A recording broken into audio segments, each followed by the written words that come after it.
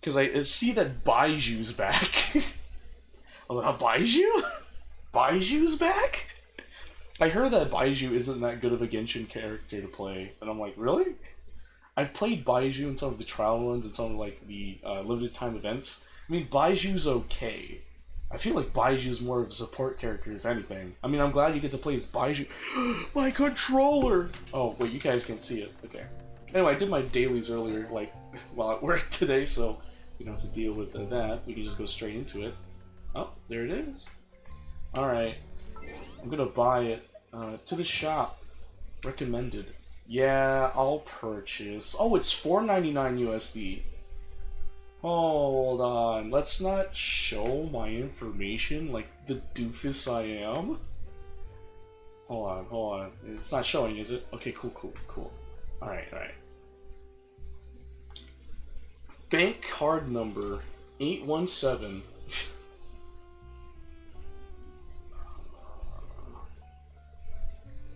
Another thing to put on my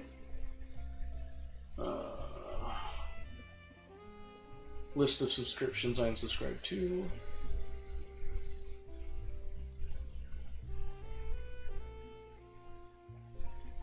Yeah? Oh shoot. Oh shoot. My bank is asking for a verification code.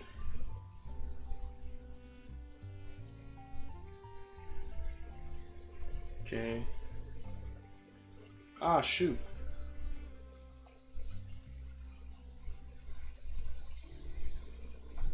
That's fair. I mean, I'll make a lot of purchases on this card. Yeah? Nice. Awesome. Okay. Let me check. Alright. Cool. So, as you see, I have bought the Blessing of the Welkin Moon. Crystal top up. Oh my gosh. Oh, I didn't even check my mail. Claim all. Oh shoot. Oh, let's go ahead and do this. I wish there was a claim all button for these. Why the freak is there no claim all button for these? Challenger. Oh, cool. Okay. Let's see. Oh, nice. Oh, but yeah, I plan on playing Paper Mario 1000 Year Door remake for Switch. I'm so excited for that. Like I said before, I'm so excited for Paper Mario 1000 Year Door to come to Switch. It's one of my favorite games. Then Luigi's Mansion Dark Moon remake coming for Switch. I'm like, bro, they're remaking all the games I want to remake on Switch. Claim your daily blessing of the Welkin Moon rewards. Oh, thank you. You're so sweet. That's cute. Perhaps we could stop a while at one's abode for some repose and conversation. Don't worry, I'll give you some repose. Wink, wink, nudge, nudge. Wait, that means like...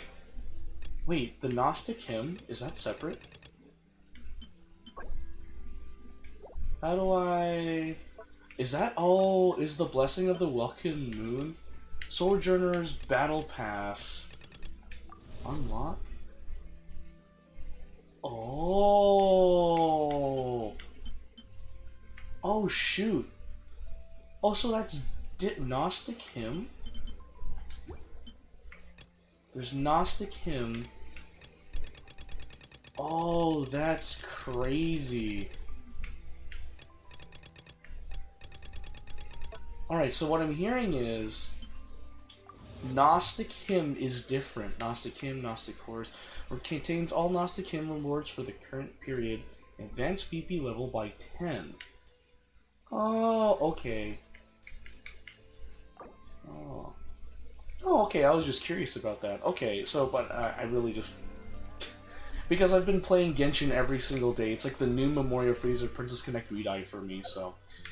Let's check this out. Ooh! Born from Ashes, Reborn. Oh wait, no, From Ashes Reborn. Oh, that's pretty cool. I don't have any of these characters. Tulatula's Remembrance, Jade Fall's Splendor, Prospector's Drill, etc. Epitomized Path. I don't know who that is for. Alright. Bygone Azure Teardrop. Wait, hold on, what? Bell crafted of deep sapphire and sterling silver, its echoes are as crisp as they are distant. What about... What about this one? What is this one?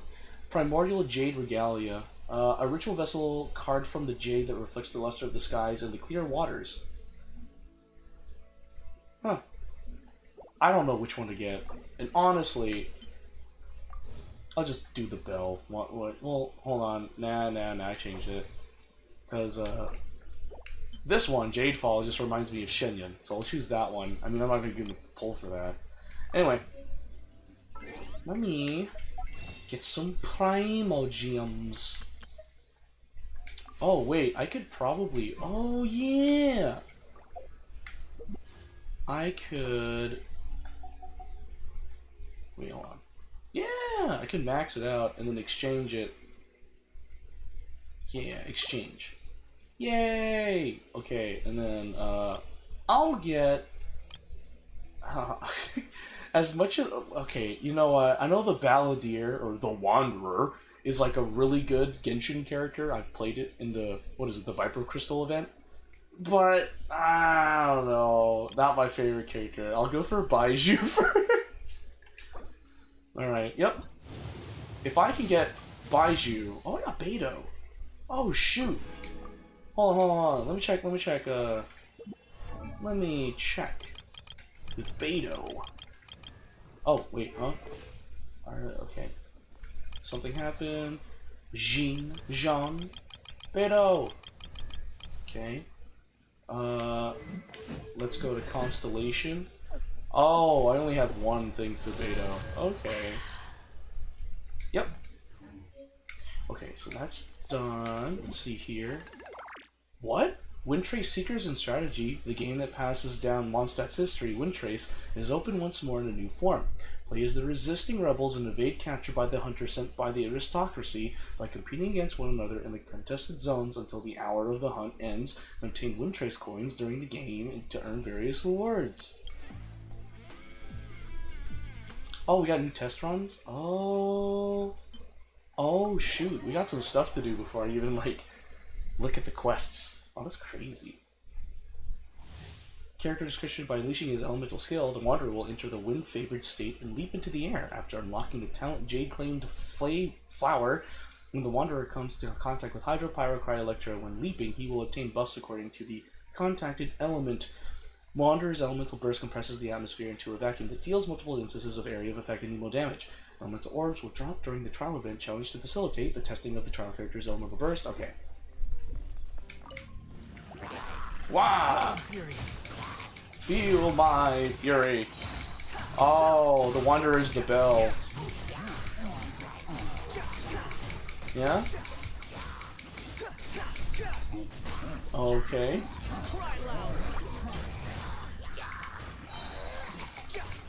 Oh, wait. Everybody stand back. Have fun with this gift. Stars, shine for me. The night is cold. Oh.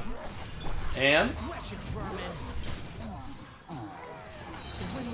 Oh, yeah. The wind rises. That was fun. Alright. Other trial stages. Thank you. Baiju. Let's try you. Not gonna lie, I didn't have that much fun playing Baiju.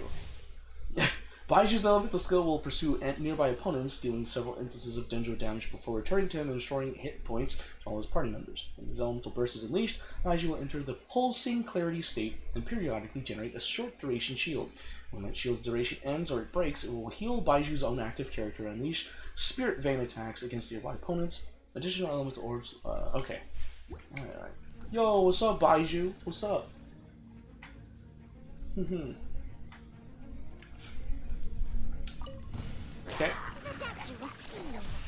Wait, hold on. You're in for a little shock. Oh, but I only have 3 characters for Baiju? That's crazy. Oh, it's because, you know... Mind the side effects. Okay. Taking a turn for the better. That's so weird. Surrender and be gentle. Oh, wow. Oh, I missed.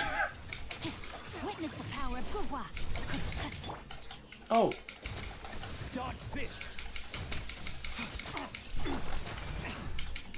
Oh, Hyper Bloom. Seems like an emergency. Oh, you know Side it. effects.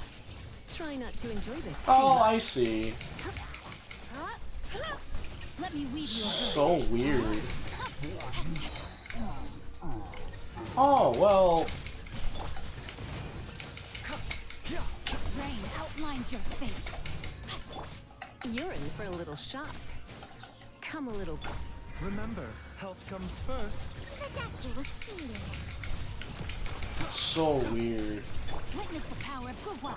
Let's spark things up a little. You're in for. Okay. That's actually interesting. Like, this one only had 3 characters. Ooh, I haven't played Layla. I have Layla. I haven't played Layla, though.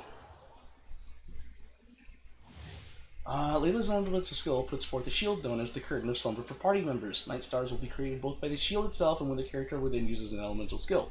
Once the Curtain of Slumber has accumulated 4 night stars and there are opponents nearby, these night stars will transform into homing shooting stars, dealing cryo damage. Layla's elemental burst will unleash a celestial dream spear that constantly attacks nearby opponents, dealing cryo damage. When its attack hits, it will generate 1 night star for nearby Curtains of Slumber. Okay. I mean, she is a sleepy character based off that one limited time event I saw her from. I'm sorry, I meant to do this. Okay. I'll protect us. Oh. Don't be scared. The night is cold. Okay. Woo. Come on, we can do it. Okay. Frostbite. Freeze. And this one. Nice and spicy. Stars, shine for me. Okay. All right. Oh well. It will be frozen in time. Let me just get this. Ready, steady, go. Okay. Oh no. Oh no. Eat this. At the frying pan, into the. Don't be scared. Not now. Okay. Frostbite. Cool it. Oh. Stars, shine for me. The night is cold. Come on, we can do it. Okay. Oh, wait, hold on. Nice and spicy. All right, cool. That was okay. These are kind of like mid compared to the other trial stages I've done. It's kind of mid, but hey, it's good to give other Genshin characters the time to shine. You know. Furuzen will enter the Manifest Gale state after unleashing an elemental skill. While in this state, her next fully charged shot will become a Hurricane Arrow, which creates a pressurized collapse effect to the target hit. The effect will burst after a short delay before dealing area of effect and Nemo damage and pulling nearby objects and opponents in.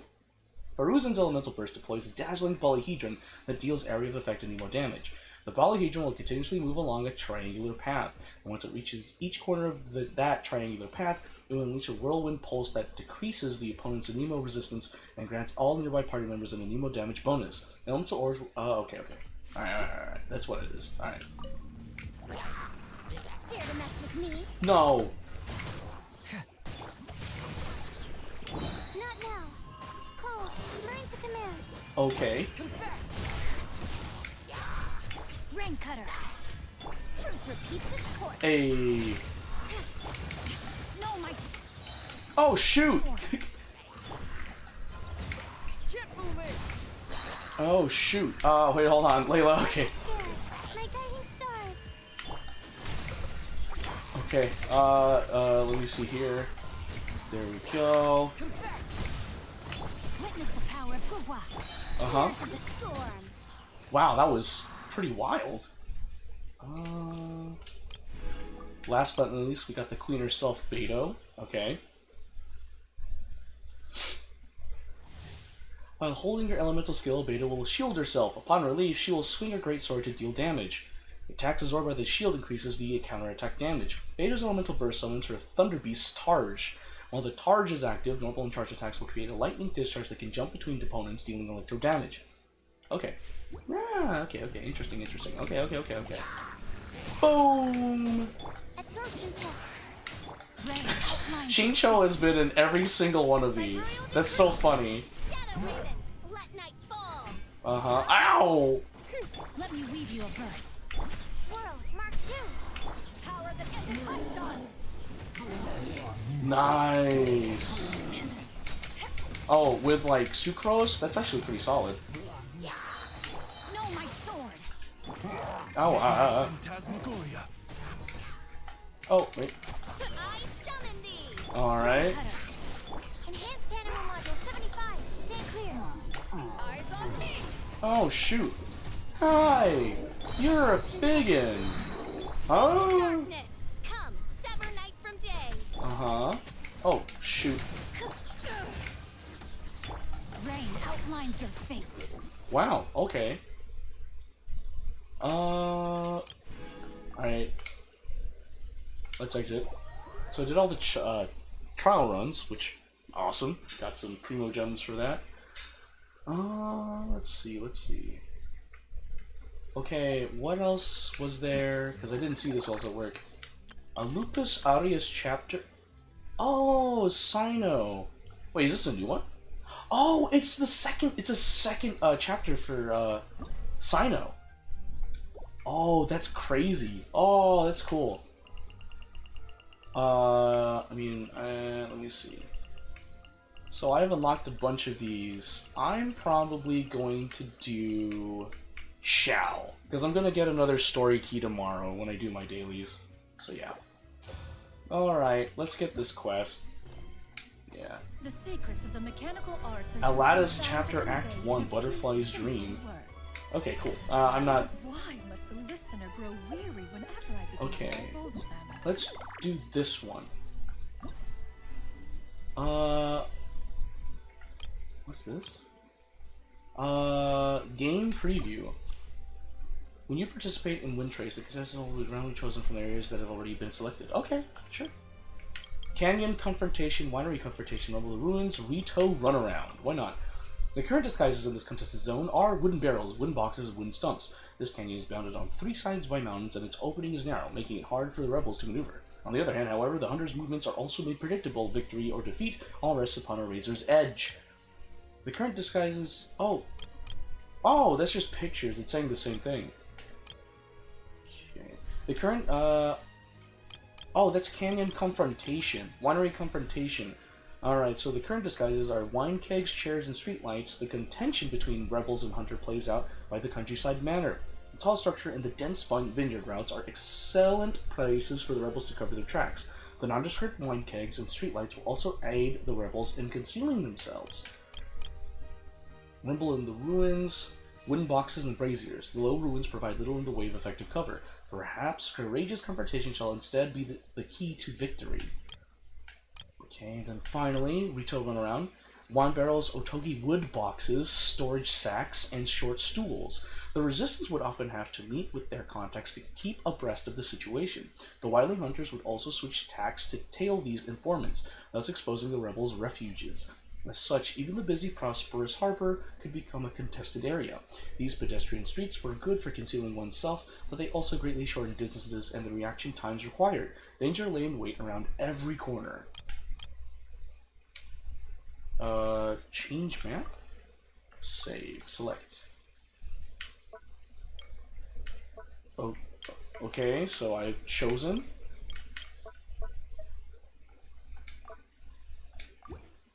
Okay, go to game. Oh. Oh, you can teleport. It's all the way in freaking Mondstadt. Oh, shoot.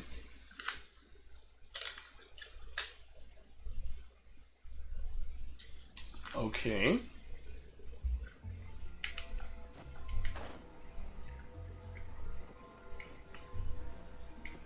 What am I supposed to do?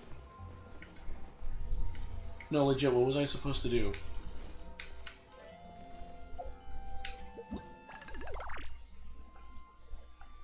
details. Windward Arts? Oh. Hunter, Rebel. Briefly show all the directions in which rebels are located. Dispel the disguise of a nearby rebel and capture them. Dispels the disguises of all rebels and briefly marks their location on the minimap while showing the position of nearby rebels on the scene with a pillar of light. This effect lasts for 20 seconds. During this time, the rebels will be unable to disguise themselves or will be warned of this action.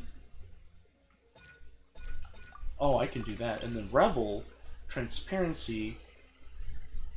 Enter hidden mode for 5 seconds. During this time, you cannot be discovered by the hunter. Entering this mode will display your current disguise. The hunter's Windward Arts, Capture, Mysterious Hunch, and Sensor Aura will still take effect against a hidden rebel. When a rebel gets close enough to a signaling device to repair it, their hidden state will lose effect. 30 seconds cooldown.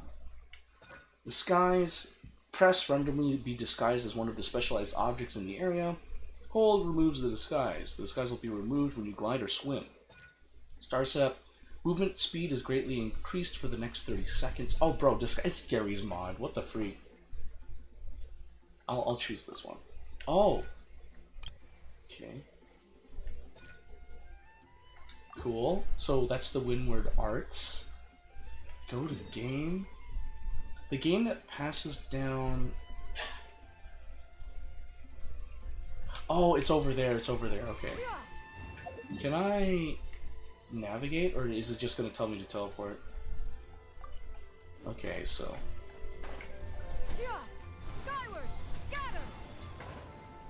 Alright, so I need to go over there and talk to the dude. Oh, okay. Gygax. Why, hello there. We meet again. What fortune. You're that Windtrace guy. It's Gygax, but you're not wrong, and it's not as if I'm upset that Windtrace is more famous than I am. So, that's who you are. Oh, I remember now. You say that, but your expression says you don't remember a thing. Anyway, please, look over here. I'm sure you remember Windtrace at least, don't you? Didn't you give me a ton of suggestions a few previous round of playtesting? They were great ideas too. I've taken just about all of them on board. I've revised the rules and gameplay once. Well, several times since then. They won't be overly complex and weirdly worded, will they? Oh, don't worry. I'm sure you'll love the new stuff. Let me give you a quick rundown. First off, I've introduced something called a signaling device in this brand new version of Windtrace. As long as the rebels can activate 4 such devices, they'll defeat the hunter and emerge victorious. Whereas the hunter, well, nothing's changed there. If they manage to capture all the rebels, they win. But in this version of Windtrace, when rebels get caught by the hunter, they won't be knocked out straight away. Instead, they'll be kept in what's known as the surveillance zone. After waiting a bit, or with the help of other rebels, they can escape from the surveillance zone and carry on playing. But if a rebel who's previously been caught gets captured a second time, they'll be knocked out of the game completely. Sounds, a little complicated. Don't worry, it might sound complicated, but you'll get it after a few rounds. During Windtrace Seekers and Strategy, you can play as either a rebel or a hunter. The hunter not only possesses faster movement speed and greatly decreased stamina consumption, but can also use extremely powerful Windward Arts to seek out the opposition, expose disguises, and more. As for the rebels, they can use their Windward Arts to disguise themselves as specific objects on the map, place bait, or temporarily enter a concealed state. The first time each rebel is captured by a hunter, they will be detained within a surveillance zone for a while. Other rebels can also approach the surveillance zone and help their imprisoned comrade escape. When a rebel who has been imprisoned before is once again captured, that rebel will be eliminated from the match. There will be 6 signaling devices in each contested zone. Rebels cannot be disguised or concealed when close to a signaling device's repair zone. Rebels must repair these devices while avoiding the hunter's pursuit. The hunter must stop the rebels from repairing these devices or simply eliminate all of the rebels. When a rebel is repairing a signaling device, the device being repaired will enter the high-speed signaling state at regular times. In this state, the device will give off a light that everyone can see, which will be marked on the minimap. The signaling device can be repaired by more than one rebel, so Dead by Daylight. The rebels will win if they repair 4 signaling devices within the time limit. If the signaling devices are not repaired in time, the hunter will be victorious. If no rebels on the field can operate freely, e.g. all the rebels have been captured or eliminated, the hunter will what the fudge, I read that right. The hunter will earn an early victory. In this wave of Windtrace Seekers and Strategy, you can play alone or matchmake with other friends to obtain Windtrace coins. If you play a match-made game with up to 2 more other friends, you will all placed on the rebel team, Once you've obtained a certain amount of these coins, you can unlock various rewards. If you have a match using a pre-made group of 4 players or have reached the current coin limit, playing will not let you net any more win trace coins. In that case, I'll have to go. Sure, this way, please. Oh.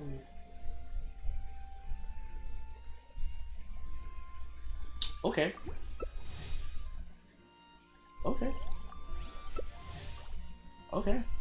Ah! Uh-oh, I'm getting a co-op state.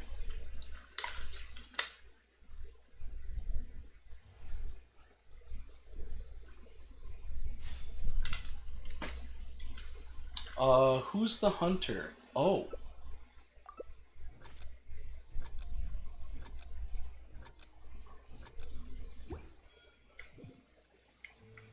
Oh, okay. Oh, that's cool.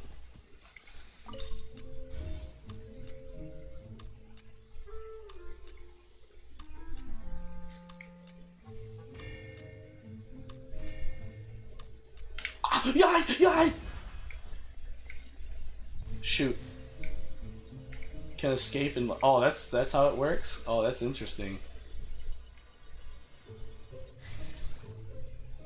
Oh. Shoot. They weren't kidding. Oh.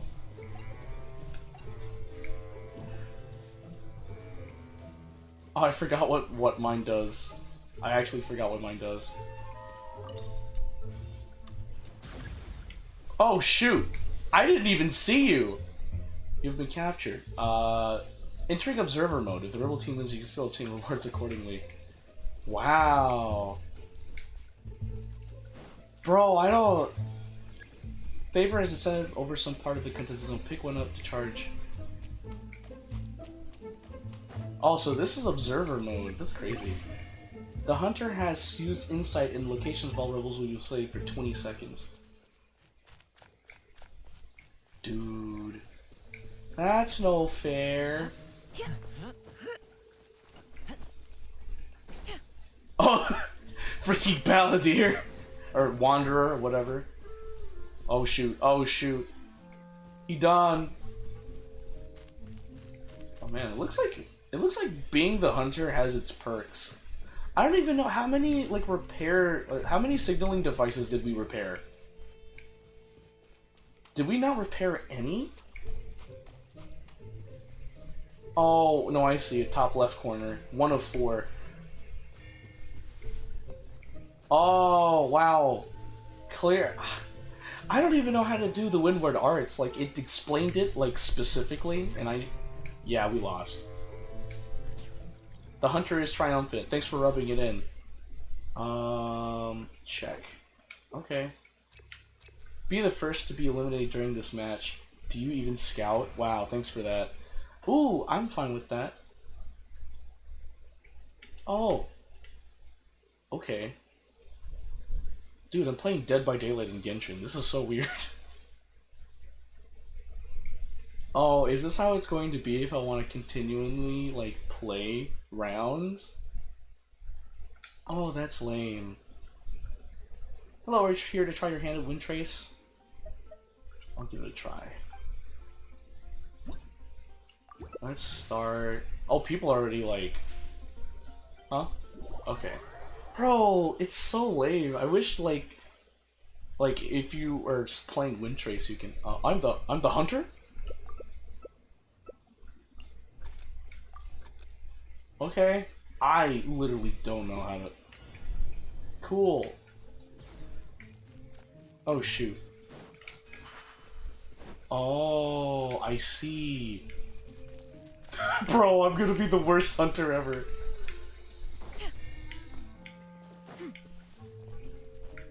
Where are you?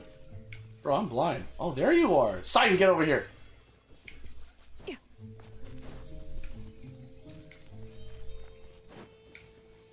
Bro, I'm so bad at this. Where are you? Oh. What the heck? Whoa, whoa, bro, wait. Wait, guys, I'm not good at this game, hold on.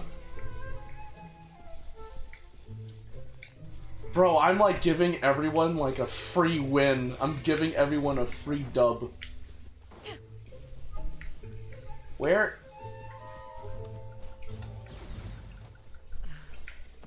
Oh, it's been fixed. Alright, cool. Alright. Nice. Okay, because I really don't know how to play this game. Hey!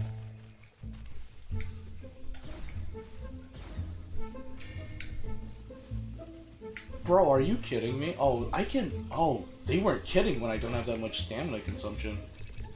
Wow! In a minute 27, failed to capture any rebels.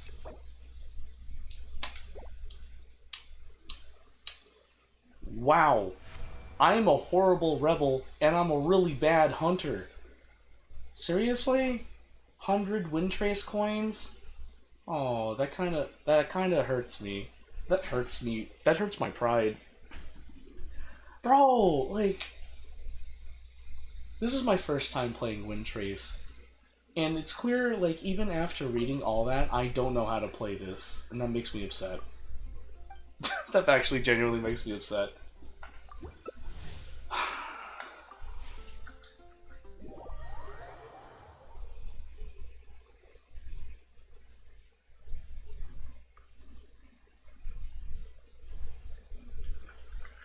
Man, I suck as a... I'm really bad at this. Wait, how do I... Oh. Oh, I choose it, like, outside the map. Oh. Oh, Windward Art will replace your elemental skill. Oh, I have 3! Star Step. This Windward Art will replace your elemental's burst. This Windward Art will replace your elemental skill. So, right trigger, B, and Y.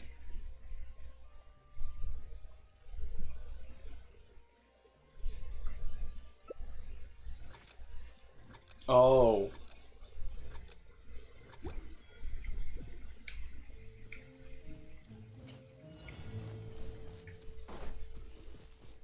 Oh, I've never been here. Hold on.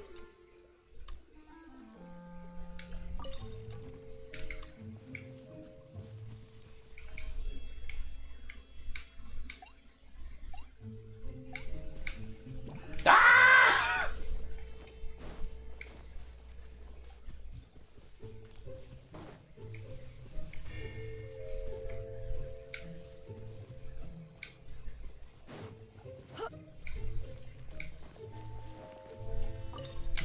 Shoot!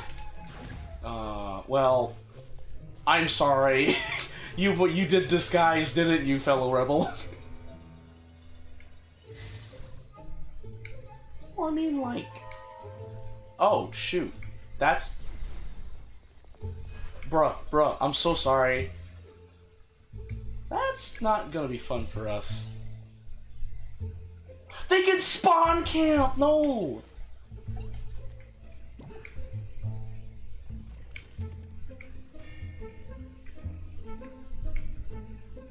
Oh, shoot. Okay, cool.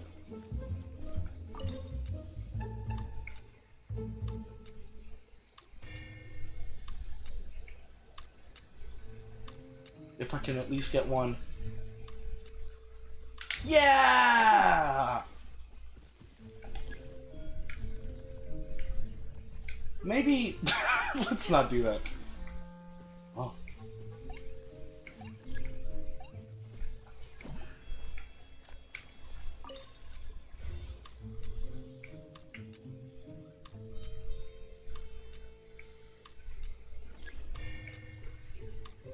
Has obtained a favor.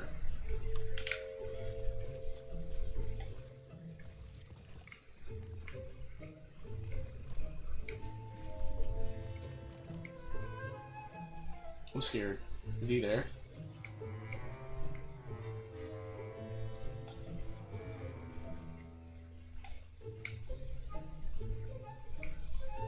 No.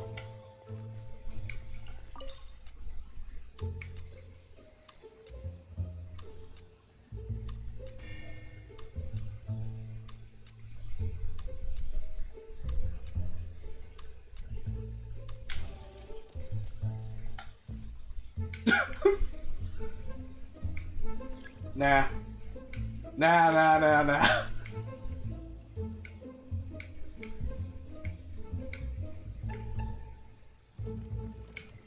Where is it?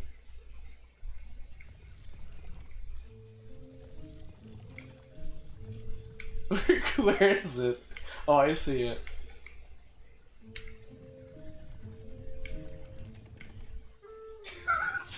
I'm literally playing Gary's mod right now.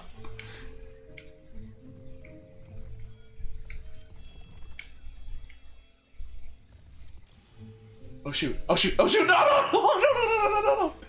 Run! Run! Run! Run! Run! Run! Run! Run! Run! Run! Run! Run! Run! No! Wait! No! Oh, repaired the first signaling device. Okay. Oh, dude, did someone just like? Okay. Did someone like disconnect? That's funny. Oh wow, I did pretty freaking good as a rebel this time. Yay!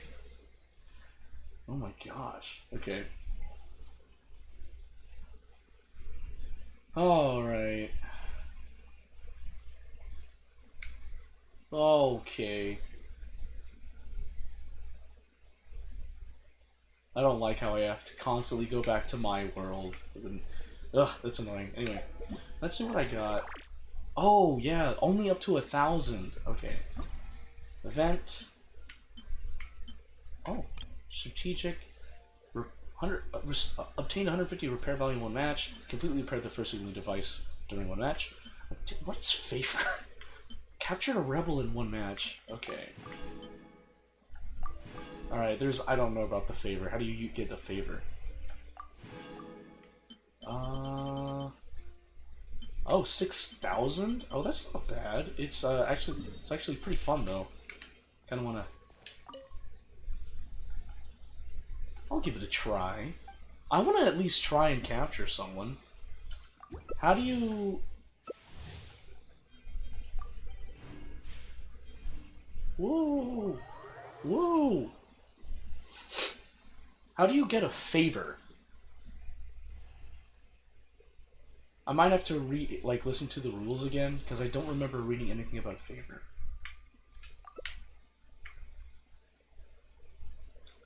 Oh, I'm the hunter!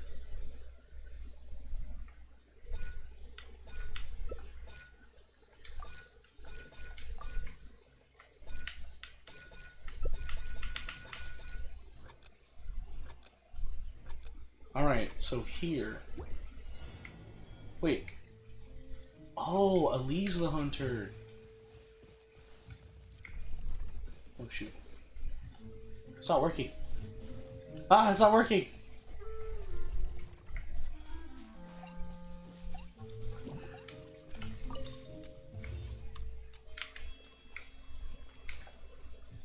What? Bro! Bro, that's fair, but like, I literally could not transform into an object. I was like, why is it not letting me turn into an object? I'm pressing right trigger. That actually... That's pretty annoying, actually. Like, why... Hunter's over there.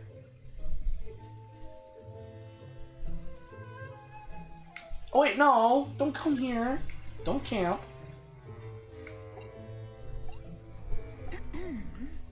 Oh.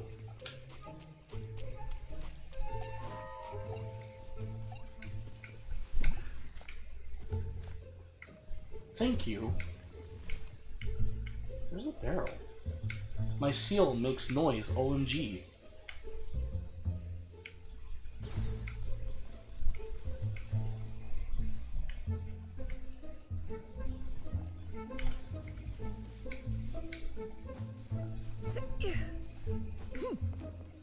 Don't worry. I managed to, like, mess up the person. I tricked him.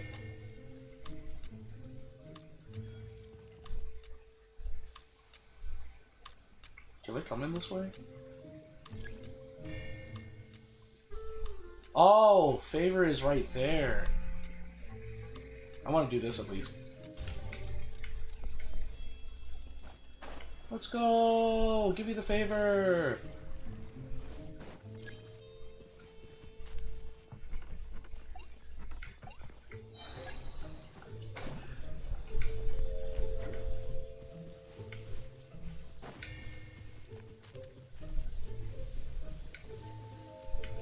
That's what it was.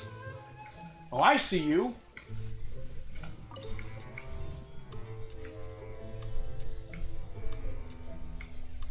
No! No, no, no, no, you're not doing that to me, buddy. Not today. Oh, heck no.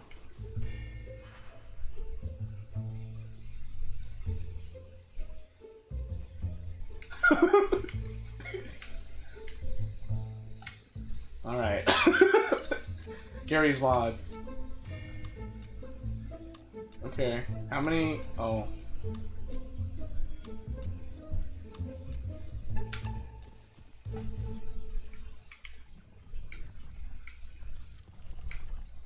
Ah, shoot. Ah, shoot. Wait. No! Alright, I'm out. Yeah, I'm out. I was like, when I turned into a crate, I was like, oh yeah, disguise makes me turn into one of the objects I could turn into. Fudge, I'm not a tree stump, I'm a freaking crate. I should have changed location. I actually should have changed location. When he was coming that way, I should have changed location. Did I get, like... That's scary. I forgot to turn off my seal. That's fair. That's fair, that's fair. I don't even know what I'm doing. I'm literally playing this game by the seat of my pants. Okay. Alright.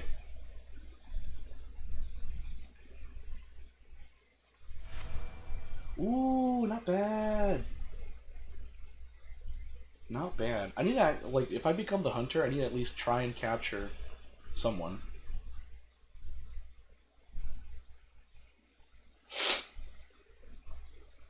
Because I managed to get a favor, which is really cool. So a favor basically increases my movement speed, I guess. Yay! That was fun. Alright, obtain favor once in a match. Captured a rebel in one match. Whoop. Okay.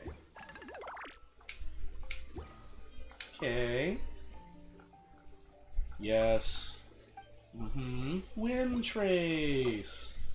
You've reached the current maximum of Wind Trace coins you can gain. Will not be able to gain any more from challenges. Continue.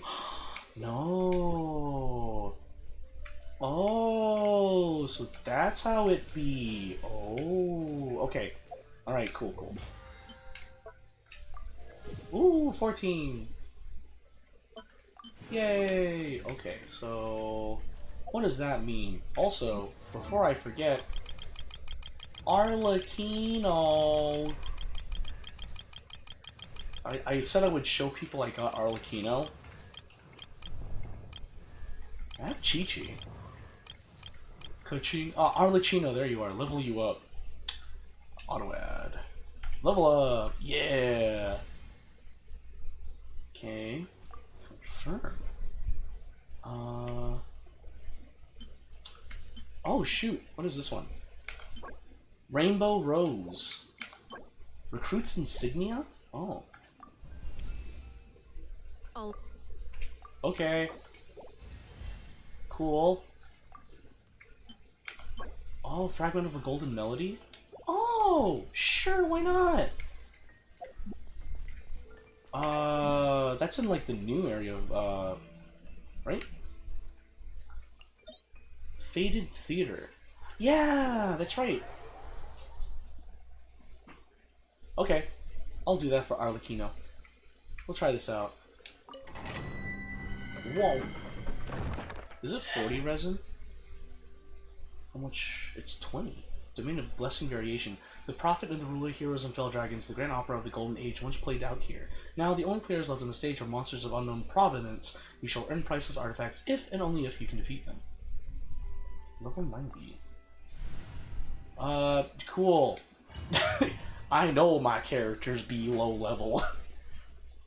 All of them. When a bond of life gains or loses value, the character gains a 50% all elemental and physical damage bonus for 10 seconds. This effect can stack 4 times. The duration of each stack is counted independently.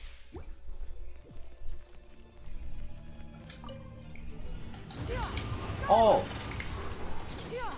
Oh, this isn't the boss. I... one escapes my sight. Make way for the adept. Oh! Scatter. Skyward. Uh-huh. I kind of just... Skyward. Skyward. Scatter. Skyward. Scatter. Skyward. Gonna rely on Shenyan for this. Scatter. Skyward. Okay. Seize the skies. Seize the sunrise. Skyward. I know it's a boss. Scatter.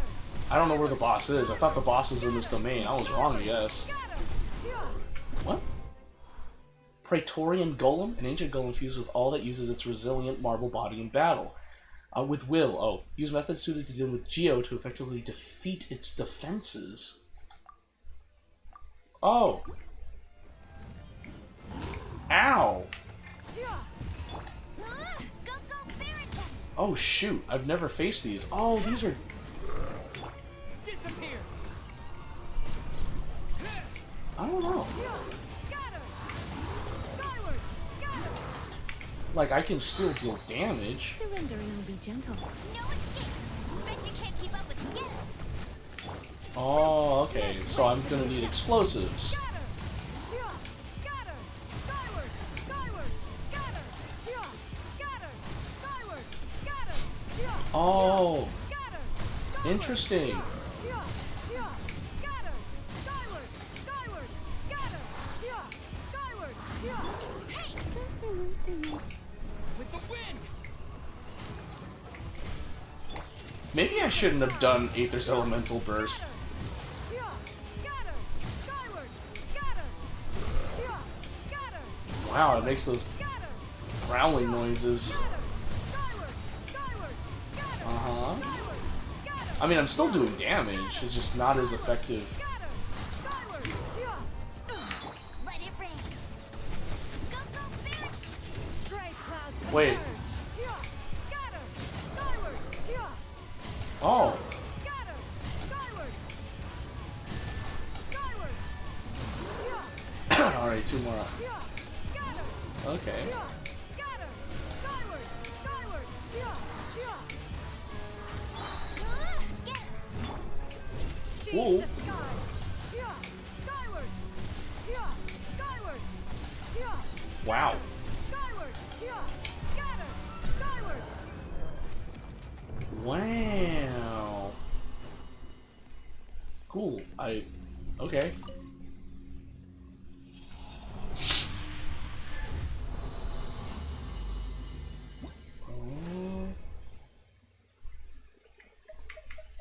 Dark fruit of bright flowers, crown this crown. Scholar's Gulpan, outset of the brave. Scholar's Gulpan, Scholar's lens, Scholar's lens.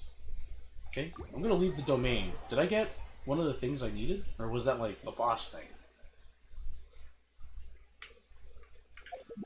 For Arlecchino. Okay. Okay, where do I get it? A golden fragment that fell from the centaur golem's chest, putting the tune inscribed upon the shattered rubble back together. It appears to be a small silver of a grandeur musical movement. People once believed that the song of eternal happiness and harmony would resound throughout the world till the end of all destinies. But harmonies can be changed. When the rebellious god king fell from his throne, the imperishable capital was reduced to refuse and rubble. For who, then, shall the lyre in the hands of a legionless commander play? Oh, Legatus golems?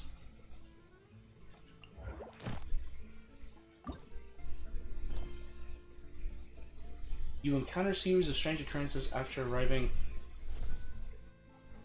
Oh, so... I have to do that quest? Hold on.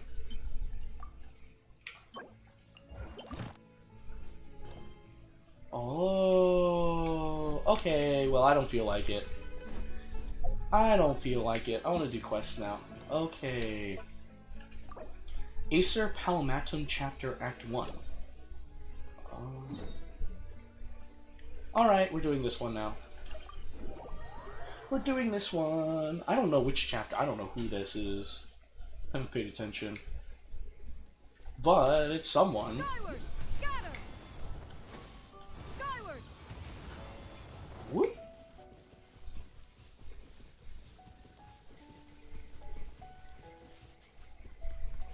Go to Byakko Plain.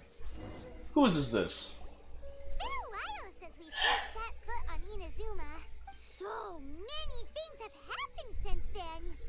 as if in the blink of an eye. There have been many memorable events. Yeah, we've definitely made some progress on our journey. So, where should we go today? Wait a moment. Huh? What's up? Be careful. Someone's coming. Hey, what the heck was that for? Sudden attacker? Huh? Alright, let's convince him to calm down a little.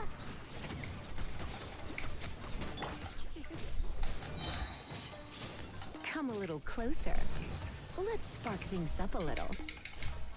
Hit.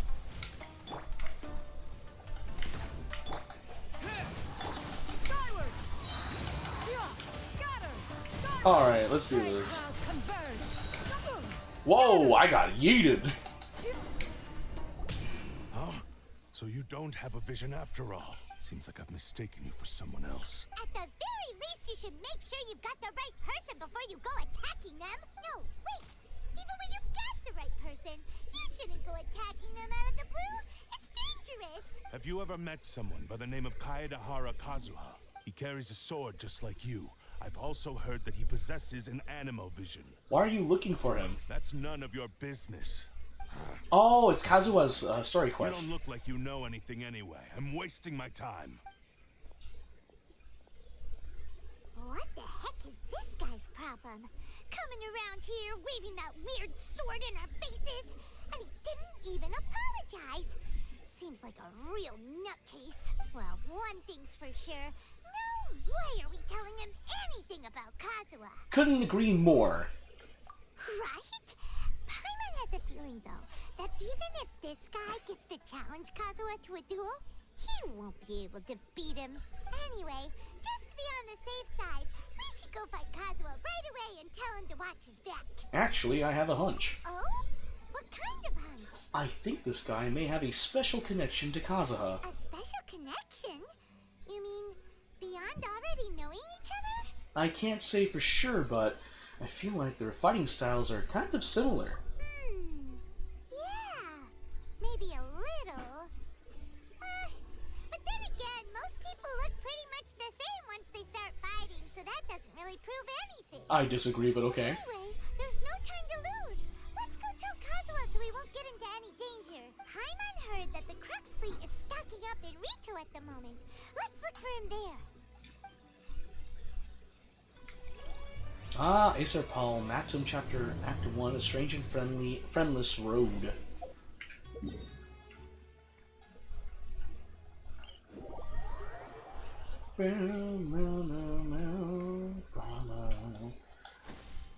Skyward. Scatter. Hey, yo.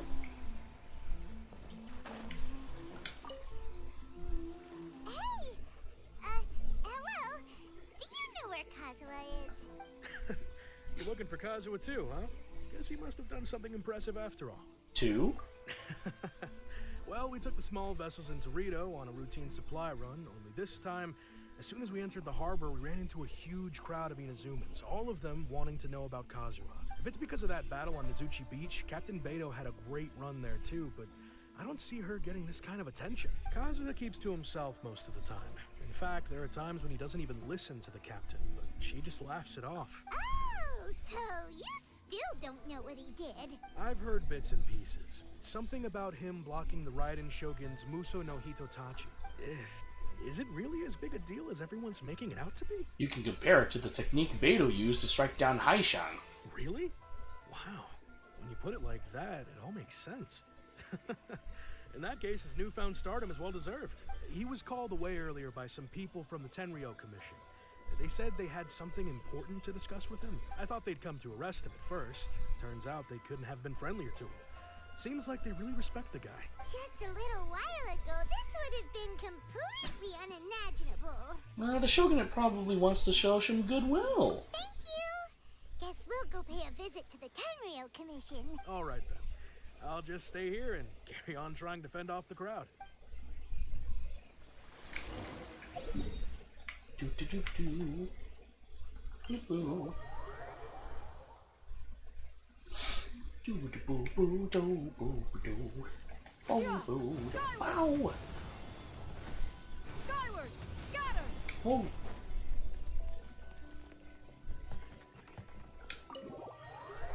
Oh, talking to certain someone we know?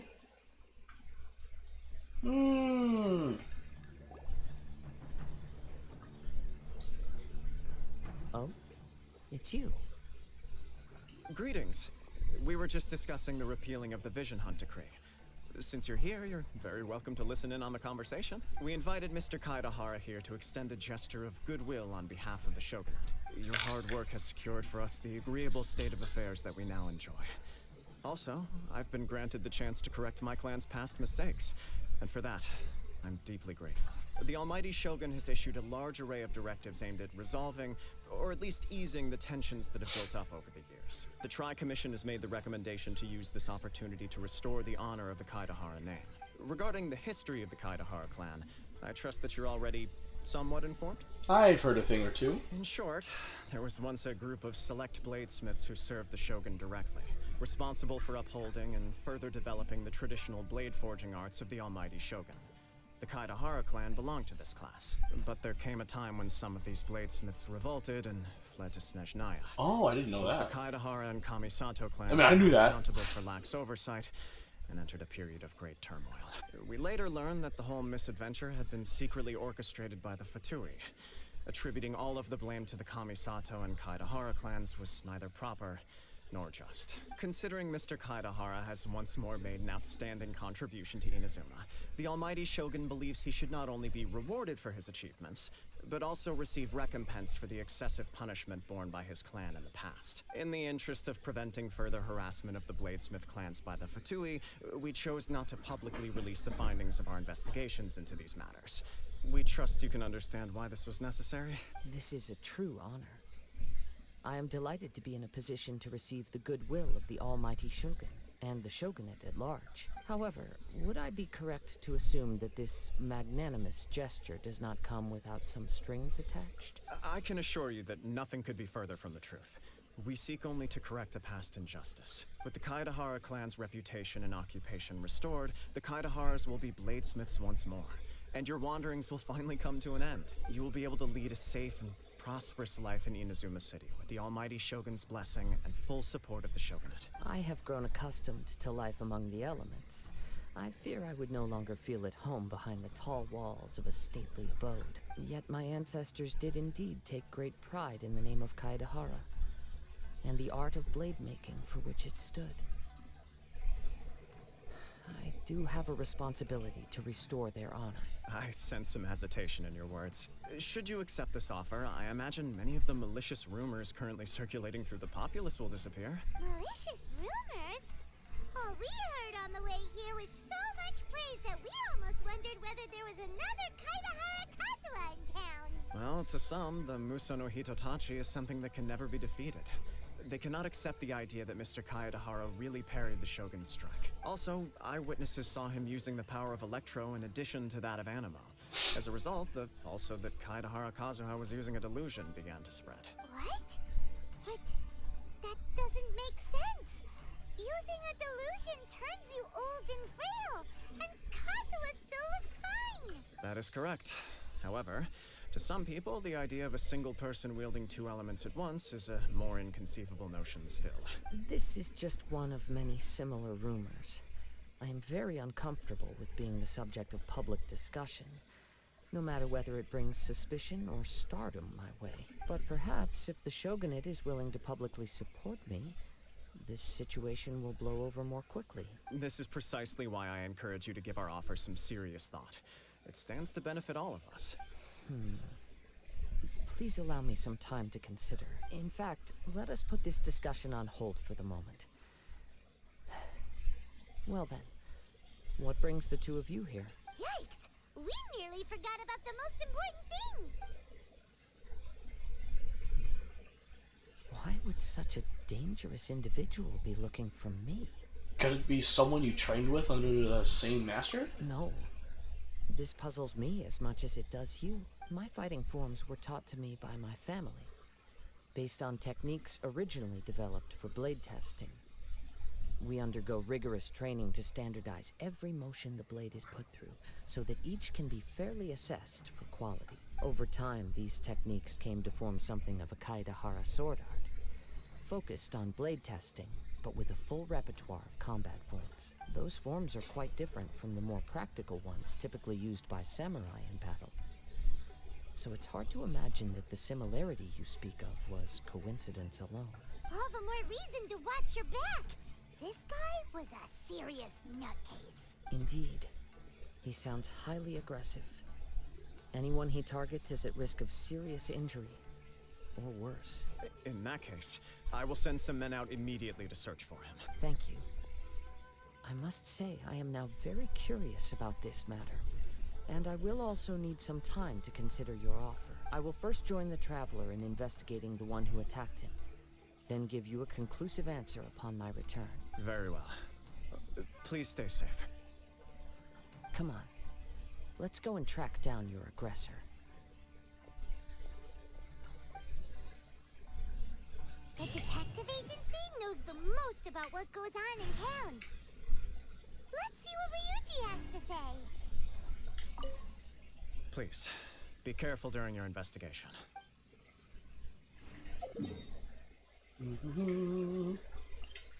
To the Songo Detective Agency.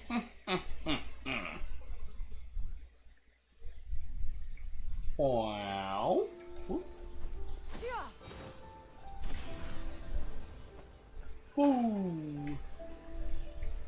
Oh. Oh, Ryuji. Hey there! We'd like to ask you a quick question. Do you know if anyone around here has been looking for him? For Kaedahara Kazuha, we mean. Aha! So this is the renowned Mr. Kaedehara. I've heard a lot about you. It is an honor to finally meet you today. You are too kind. We are currently investigating an assault and would appreciate any help you can offer. Oh? You were targeted in an assault? Let me think. I can't seem to recall anything of immediate interest. Mr. Kaedehara is currently the talk of the town, so there are always a lot of people looking for him. To be honest with you, our detective agency has recently been receiving many inquiries from people wishing to obtain Mr. Kaedehara's personal information. Some of them were offering us millions of mora just to gather the information they want. If these were more legitimate commissions, Songo would have snapped them up in an instant. Millions? Of mora? Whoa! Oh, wait. Even at that price, you probably still shouldn't. Please, accept my thanks for looking out for my privacy. Of course. No matter what, we only take on legitimate cases. We don't make our money by revealing details of other people's day-to-day life just for the sake of it. Sorry, I got a little off topic. What I'm really trying to say is, it doesn't surprise me that a complete stranger is looking for Mr. Kaedehara. But I wouldn't know where to begin if we want to connect this with an assault. Then let's put that connection aside for now. Have there been any other attacks or similar incidents recently that stand out as particularly unusual? The Tenryou Commission had very few leads. I thought you might have some information from different sources. It's true that the commissioners aren't clued up about every little thing that goes on out in the streets. But typically, it's only the most trivial events that manage to escape their attention. If anyone had been out there attacking people, that would be assault, in which case the Tenryou Commission would absolutely get involved. That does make sense. Uh-oh. Looks like the trail's already run cold. I still find it difficult to believe that whoever attacked you hasn't been causing any trouble elsewhere. Few people possess your prowess in battle. So unless you were the first person he targeted, someone is certain to have been hurt by now. Is this your way of giving praise? I am well aware of your talents. There is no need to be humble around me. In fact, I'm quite relieved that you were the one he targeted. It would cause me great grief to see someone become critically injured or lose their life because of me. For the poor victim, this would be a completely senseless crime. Don't worry, we'll find him. It seems you are every bit the selfless hero they make you out to be, Mr. Kaedehara. Surely this same concern for your fellow man is what drove you to fearlessly raise your blade against the almighty Shogun. You flatter me. Truth be told, I don't know quite what came over me in that moment. You are much too humble. Don't worry, I completely understand your concerns. I will try my best to gather whatever leads I can for you. Oh, actually, there was one strange incident over the last few days. It doesn't involve an attack, though. Let me tell you about it just in case. Sure. During times like this, the more information we have, the better. All right then. Recently, 2 people went missing from the city at around the same time. One of them is a pretty well-known collector, surnamed Nagato. The other, Amenoma Yuya, is a samurai from the Amenoma clan. Amenoma. Now there's a familiar name. Right. Yuya is the nephew of Amenoma Togo, the owner of Amenoma Smithy. 2 grown men going missing at the same time. Their cases are likely connected, but I don't know much in the way of details. I recalled this because Amenoma Yuya is also an accomplished martial artist who is skilled with the blade. Perhaps he is the one you are looking for. Understood, though it seems highly unlikely to me. I neither know this man, nor do I have any idea why he may wish to attack me. We'll investigate both incidents at the same time. Sure, can't hurt. We never know what we might find out along the way. Thank you, Ryuji. We'll start by making some inquiries at the Amenoma Smithy. Sounds good. All the best with your investigation. I'll get moving shortly myself. Ooh. Yeah, got her. Why did I... It's on the other side of this house. Yo, Togo! Oh yeah! Ah, if it isn't Kaedehara Kazuha, what brings you here today? Huh? You two know each other? Yes, the Kaedehara and Amenoma clans were both members of the Raiden Gokaden. Historically, there have always been deep links between the 2 clans. After I returned to Inazuma, I visited Mr. Amenoma to pay my respects. Raiden Gokaden? Let me quickly explain.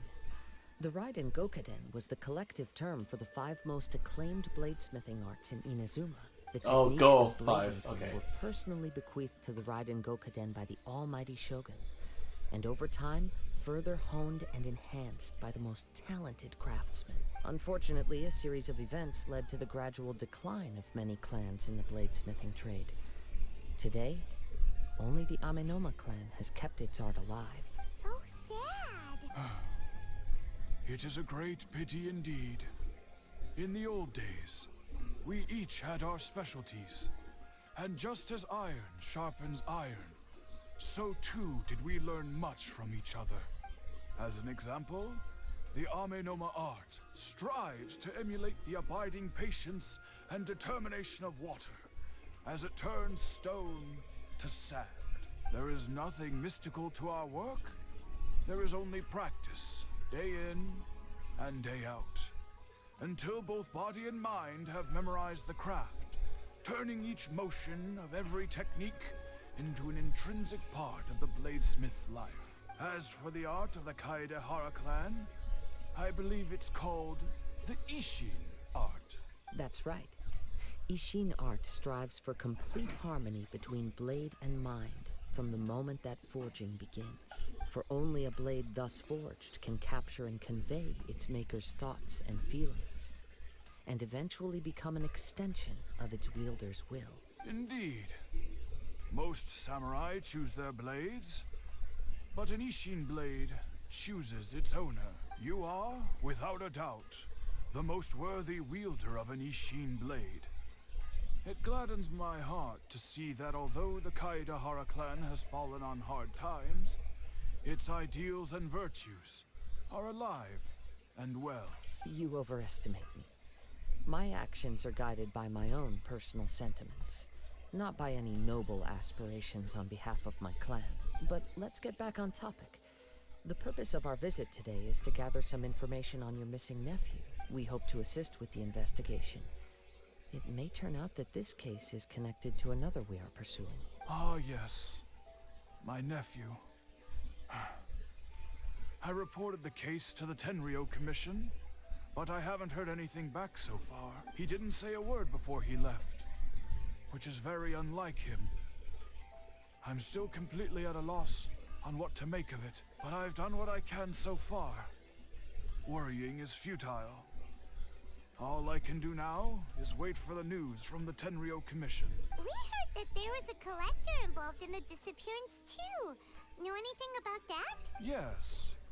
On the morning that Yuya went missing, he gave me a very cryptic look and said that he was going to give me a great gift.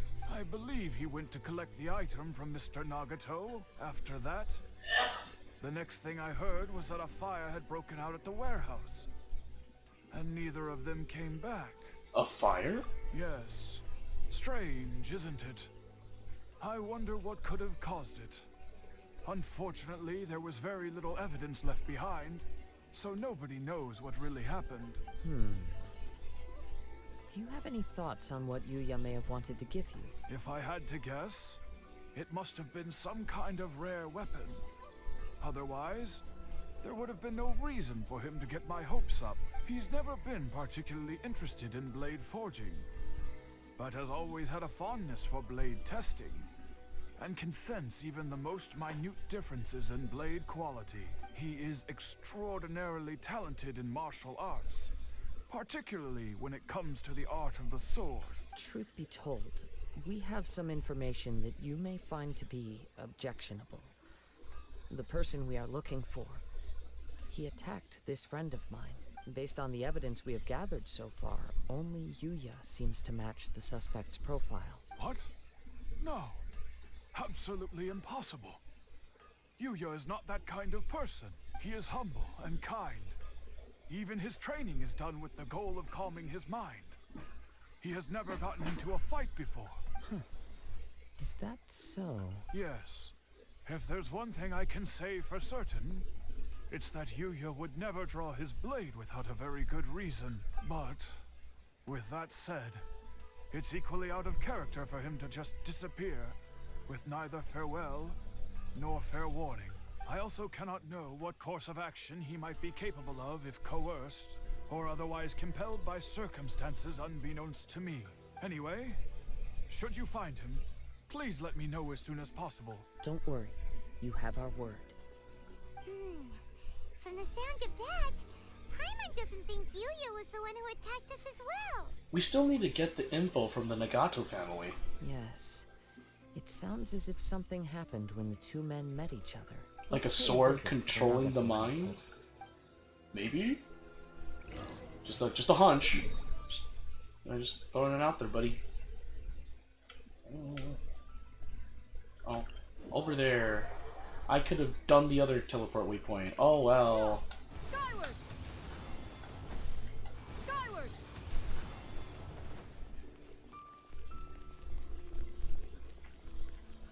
Hello.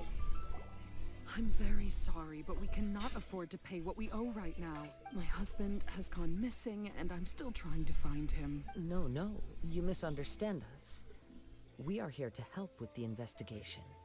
We'd like to ask you some questions about Mr. Nagato's disappearance, if we may. Ah, I see. I thought the debt collectors had come to visit again. I'm sorry you have to see me in this dreadful state. Has some new information come out? Do you know where he's gone? I'm afraid we don't have any new information at the moment. We're still trying to find out as much as we can to inform our search. With this in mind, can we perhaps ask some questions about your family's current situation? For example, Paimon's struggling to understand why a collector would be strapped for Mora. That's a long story. Ever since I've known him, he's been an avid collector of all sorts of things. He'd always get so animated when he was showing them to me. I knew nothing about the items myself, but seeing how enthusiastic and excited they made him, I was happy to believe that they were just extremely important to him. Everything was fine when we first got married, but as time went by, things changed for the worse. Uh-oh, what happened? He lost his sense of restraint. He started buying more and more things, and even resorted to borrowing money just so he could pay for them. Our expenses really spiraled out of control when he started getting interested in weapons. It was awful. There were days when he'd spend hours down at the warehouse, admiring his weapons even as debt collectors were descending upon our house. He wouldn't sell them, wouldn't even touch them. Just sat there staring at them like he was in a trance. I'm happy he has a hobby, and I'm willing to support him. but making ends meet has to come first. I've tried talking to him about it so many times, but he never listens. On the last day that I saw him, I gave him an ultimatum. I said, if he refused to sell his collectibles and pay off his debts, I would divorce him and take the children with me. Whoa! And that led to an argument. Actually, it didn't. Generally, he's a quiet man who likes to go with the flow. On most things, he leaves the decision-making to me. You must understand, I never would have dreamed of threatening him with divorce if the debts hadn't pushed our family to the brink. After I said those words, he froze and was silent for a long time. When he finally spoke, he awkwardly mumbled that he would pick out a few items to sell. His voice was so meek and pitiful that I felt an urge to take everything back. But then what? If I didn't draw the line, what would happen to our family? You did the right thing. It's important to set boundaries. Had I not indulged his bad habits, we wouldn't have found ourselves in such a predicament. And I also don't know if he had actually come to his senses, or if he was simply angry with me. The next thing I heard was that our warehouse had caught fire, and both he and the buyer had gone missing. I see. I understand. Ame no Mayuya came to purchase a weapon from Mr. Nagato. During the sale, a fire broke out at the warehouse, and both men disappeared. At first, I assumed they must have gotten into an argument over the price, but my husband has never been one to negotiate. He never even haggles when he's out buying groceries, so it's hard to imagine him getting into a fierce argument. Maybe he was feeling the pressure from the debts? I don't know. He just disappeared after the warehouse burned down. Perhaps he's too afraid to come home now that all his collectibles have been lost in the fire, and he's got no way to pay off our debts. Even though I'm still a little mad at him, we're a family, and I want us to face our family's crisis together. As long as he's willing to turn over a new leaf, I know we can work things out. Please don't get upset. There could be more to this situation than meets the eye. If collecting things is a habit that Mr. Nagato had his whole life, it is quite unusual for this habit to change so drastically over a short period. But the information we gathered from the other side suggests Ame no Mayuya is also a mild-mannered man who would not be likely to start an argument. This situation is getting a little confusing. A little confusing? More like completely mystifying. Let's try a change of scenery and see if we can piece together what we've learned. Rest assured, we'll notify you if we find anything. Thank you so much. I just want him to come home.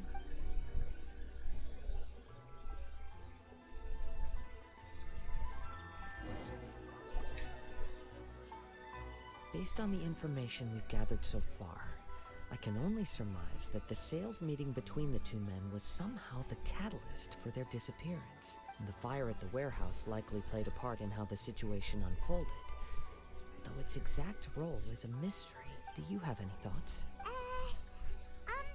Well, Paimon was thinking that maybe someone accidentally knocked over an oil lamp and, nope, never mind. Paimon's brain needs to rest for a while. Over to you. They must have had an argument during the sale. That is the most likely conclusion based on everything we know. What started as a disagreement over the price escalated and ultimately turned into a tragedy. However, in this case, only one of the parties would have started the fire. That would make the other party innocent, and they would have no reason to hide themselves from the public. If this is indeed what happened, and the innocent man hasn't come forward yet, then it suggests they may have already lost their life. One fact that I keep coming back to is that Ame no Mayuya is polite and well-mannered, while Mr. Nagato is introverted and passive. Neither seems like the type of person who is inclined towards initiating conflict. Mr. Nagato, being heavily in debt, is also the only one of them with the potential motive to disappear after the fire. The more I ponder it, the more puzzling it becomes. Just what could have happened there? This also doesn't seem connected to the case of the attacker. Right. Although the time frame seems to broadly match, no other details that we've learned seem to link the two events together. Amenoma Yuya lacks a key distinguishing feature of the attacker, namely that he is principally a practitioner of the blade testing techniques of Amenoma art, not those of the combat-oriented Ishin art. Darn! We thought we could get two birds with one stone here, but at this rate, it's starting to look like a wild goose chase. Let's keep going, since we've come this far. If we can solve the case, both Mr. Amenoma and Mrs. Nagato will be able to get some closure. Okay, but where should we go now? Let's head out of the city and check out the warehouse. There's still a chance we may be able to find some shreds of evidence. Alright. Oh, the warehouse was over there?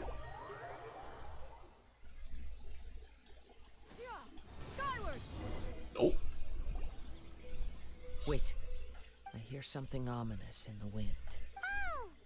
This must be another one of those sounds that only you can hear. As sketchy as that whole thing seems, you did put it to good use when we were chasing down that vision thief at Beto's tournament, so... I knew we could count on you. Now I'm picking up a strong scent in addition to the sound. It's right around here somewhere. But there's nothing here. It's gone now, but I can still sense the direction it left in. It felt very much like that ancient presence in Inazuma. The remnants of the Tatarigami. Tatarigami? That's one thing I didn't expect to encounter here. Indeed.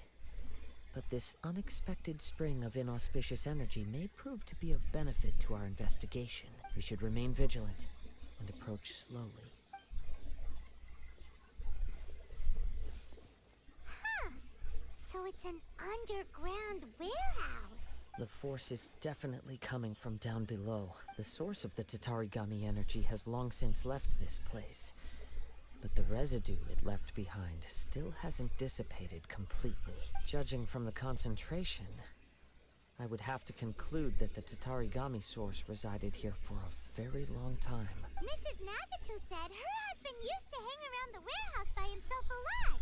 It could well be that he was already under the influence of Tatarigami energy at that time. Surely someone would have noticed. From what I've been told, Tatarigami does not turn all upon whom it preys into violent monsters, but most will develop a stubborn streak upon being exposed to the Tatarigami's unfulfilled will.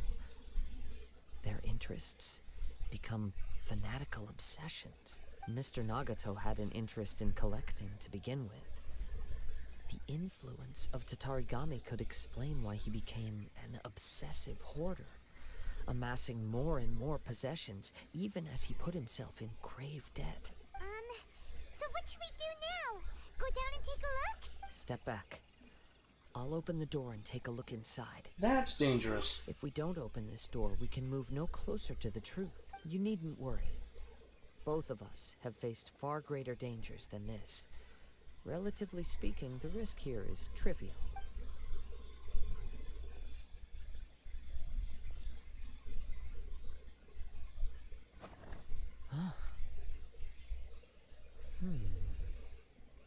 What's down there? Everything's buried in debris. I can't see anything. It looks like the fire caused a cave-in, reducing the entire warehouse to rubble. So in the end, it was just a scare. I'm not sure if that's a good or bad thing. That was too scary! Paimon was so sure that the warehouse boogeyman was about to jump out at us! All we can do now is keep searching in the direction that the Tatarigami energy source left this place. Two ordinary humans, entangled with the Tatarigami. I fear much misfortune has already befallen them. Let's hurry. We cannot afford to delay any longer. Yes, let's go. If nothing else, it's vital that we find out where this Tatarigami energy is coming from. Quiet your mind and focus on what you sense around you. Perhaps you too will perceive its ominous presence in the wind. Alright.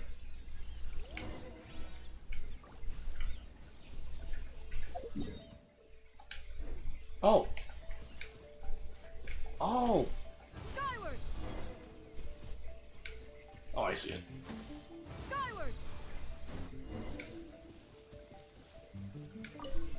Oh, now it's just there it is here. From this point, the trail appears to split into two. The main source of the Tatarigami energy continued on into the distance, but a small portion remained here and seems to be dissipating slowly. 2 parts. So would that correspond to Mr. Nagato and Amanoma Yuya? Quite possibly. Let's search the area. Whoa! Look at all those hilly churls. They're acting really strangely. Something seems to be drawing their attention. Let's take a closer look. Bam! Let it rain.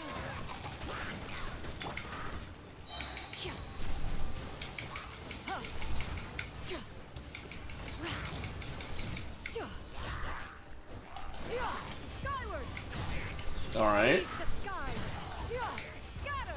Enemy reinforcements. Okay, well,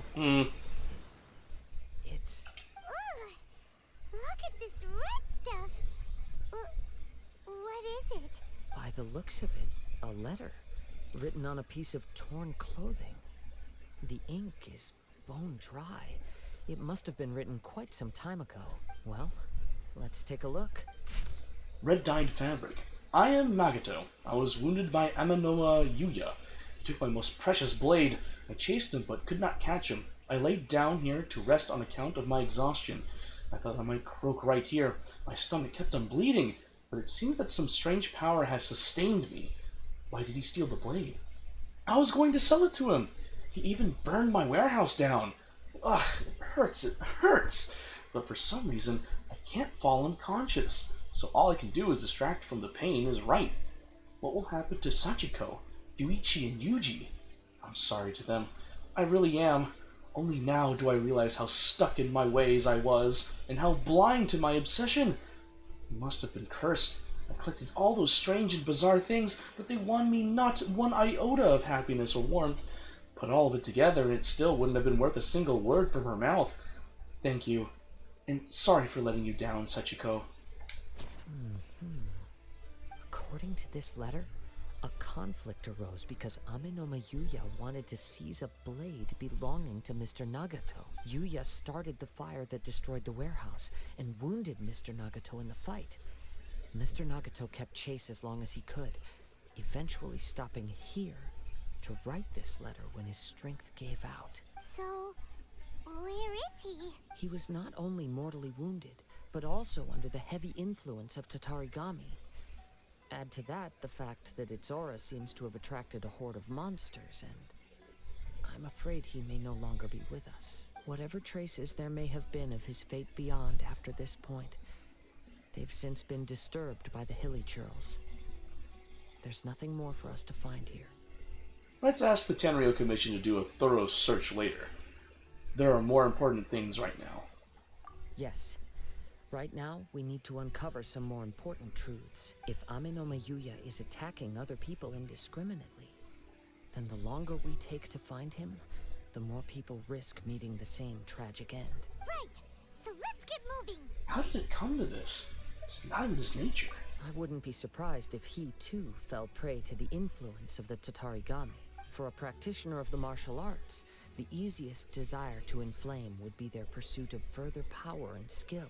All the clues that at first seemed disparate and disconnected.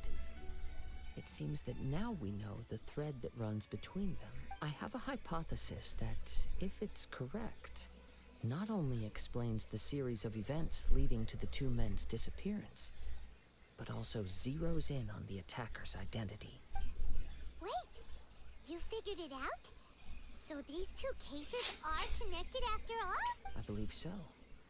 But it's something of an outlandish idea. I will only be able to confirm my suspicions once we've met him in person. On with the search.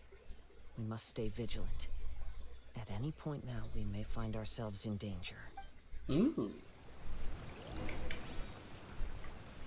Oh, shoot. Alright. Oh, yeah, well. Oh, wow. Oh, that's why I can't hit it, because of Shenyun's passive skill of increased flying gliding speed, or whatever.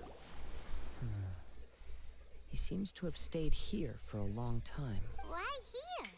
Is there anything special about this place? I'm not sure. But on closer examination, I sense that the aura may have lingered here at several different points in time. Show yourself! It's no use hiding anymore.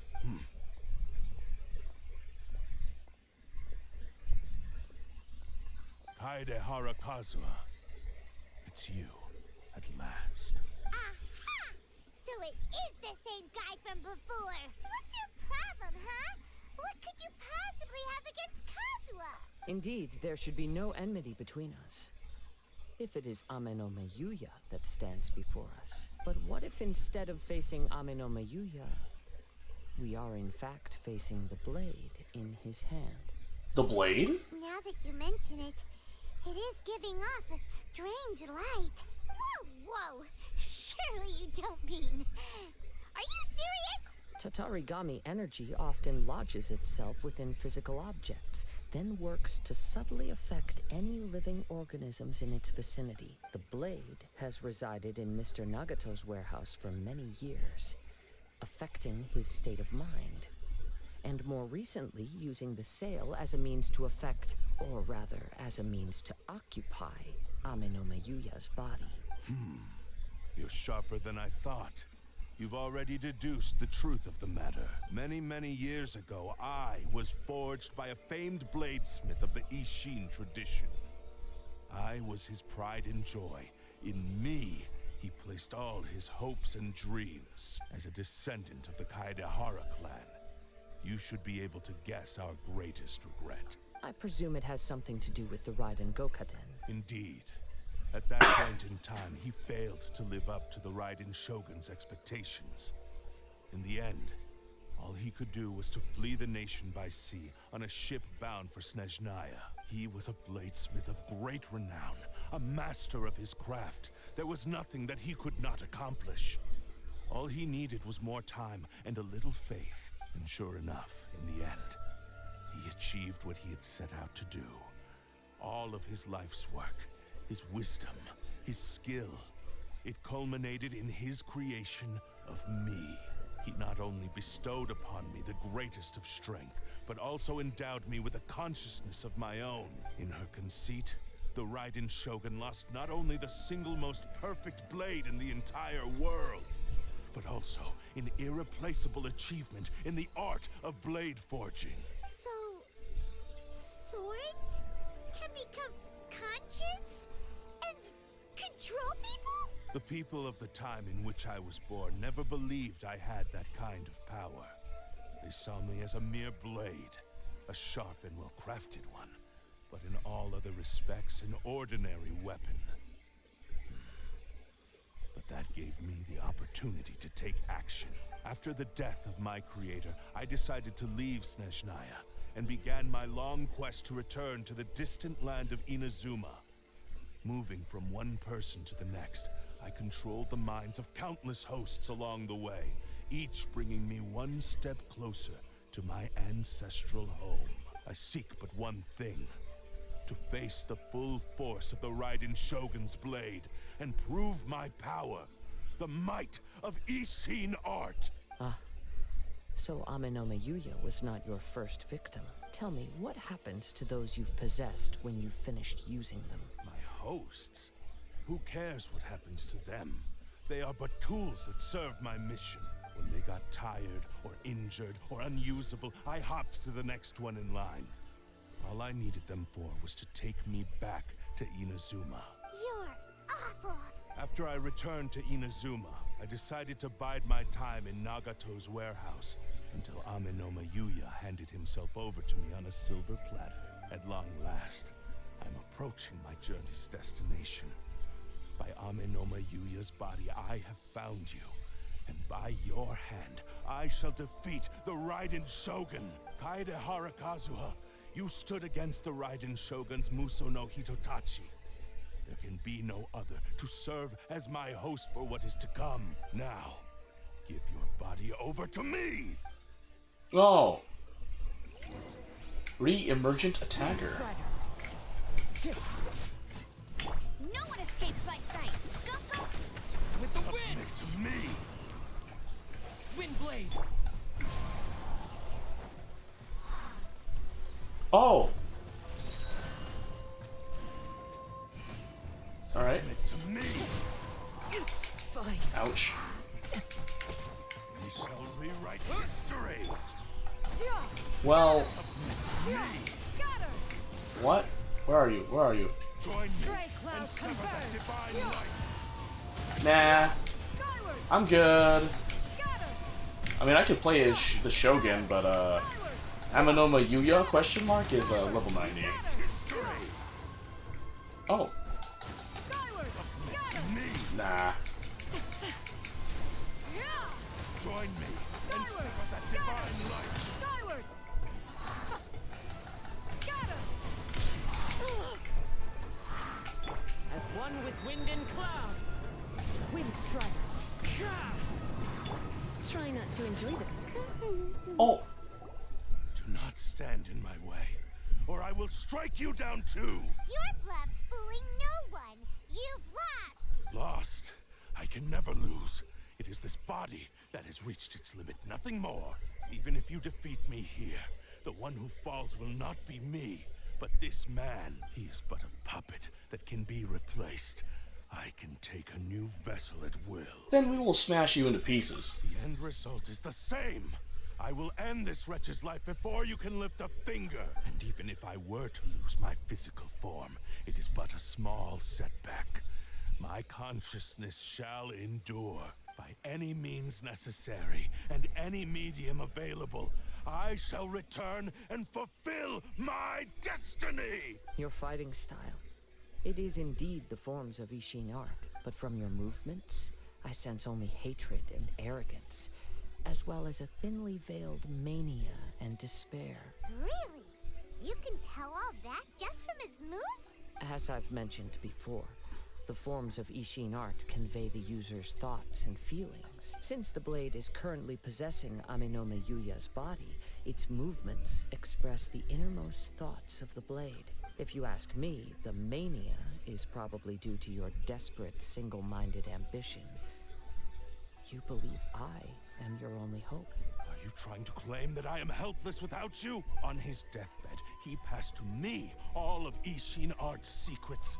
The little that you know barely scratches the surface. In that regard, why would I ever need your help?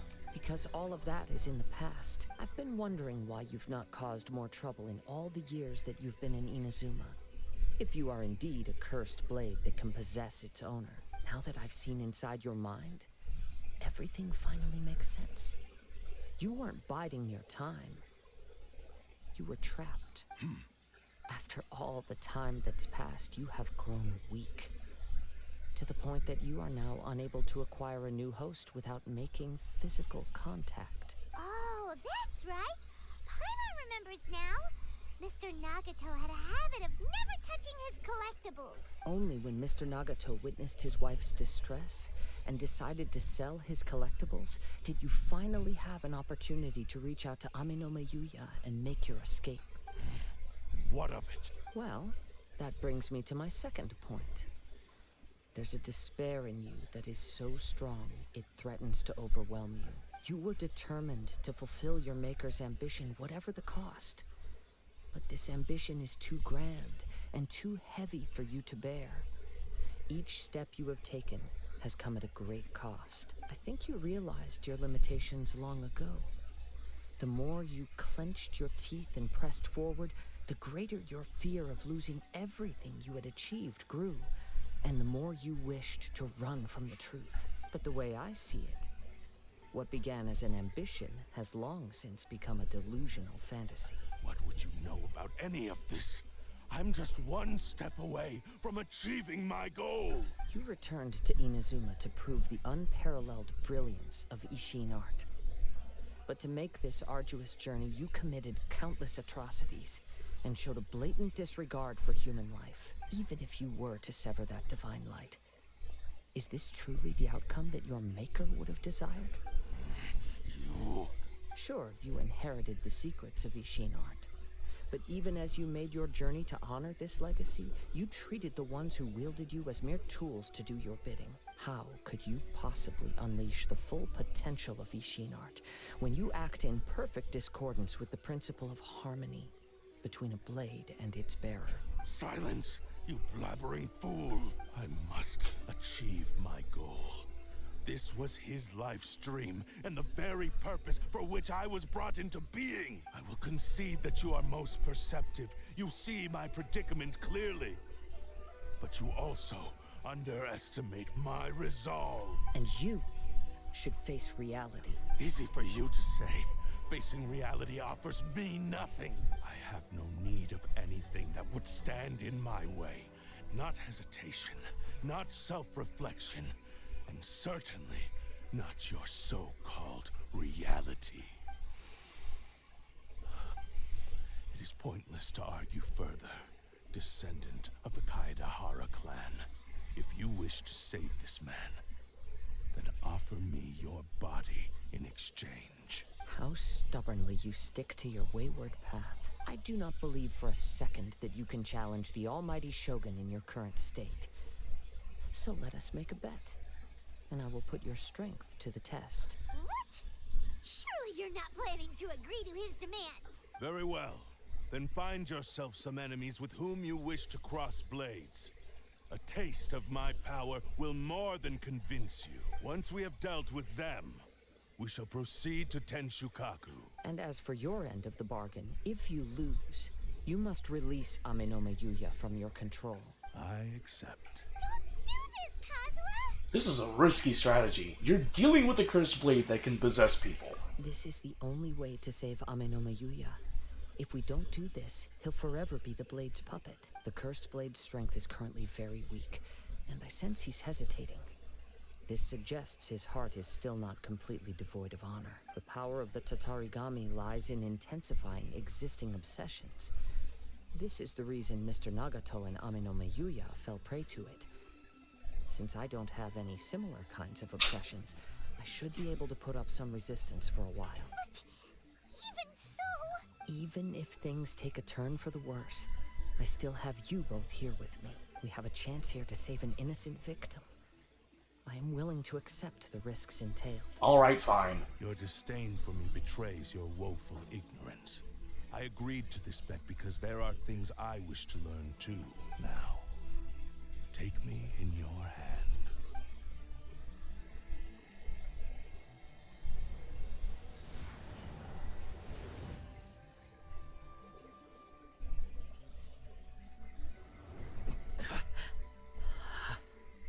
Kazuha? I'm okay. I felt a little dizzy at first, but only for a moment. It's all right. So far, this was as I expected. If something feels off, let me know immediately. I will. Thank you. What should we do next?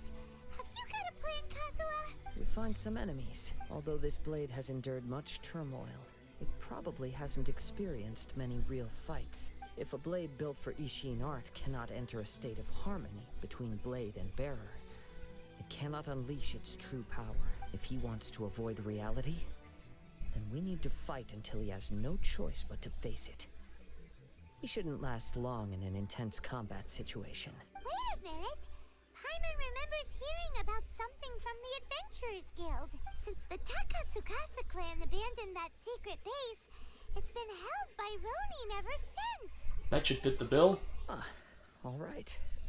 Please lead the way. What about Amenome Yuya? What should we do with him? The blade says he'll let Amenome Yuya trail us silently. Although he hasn't regained his own consciousness yet, he is not in any immediate danger. Are we sure this is a good idea?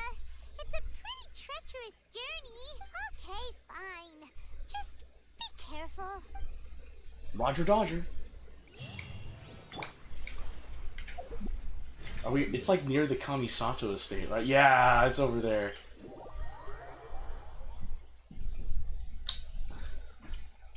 I require the P. Alright, I'll be back.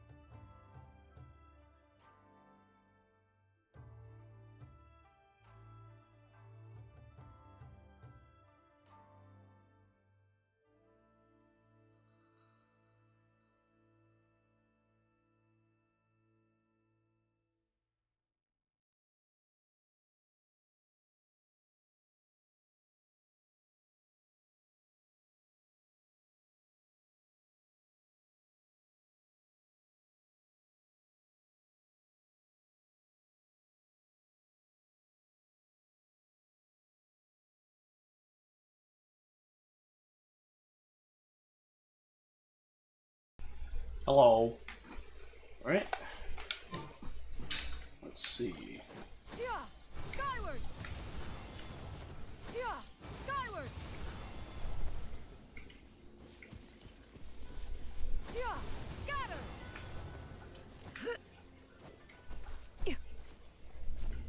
Yeah.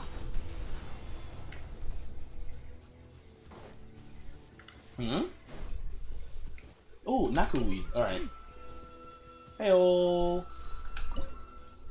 This was once a secret holding for the Takasukasa clan, which was taken over by Ronin after being abandoned.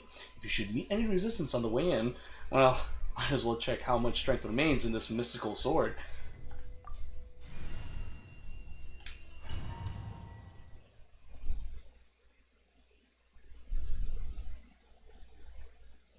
Ere the end, a glance back. Leave everything on this journey to me. My lucky day.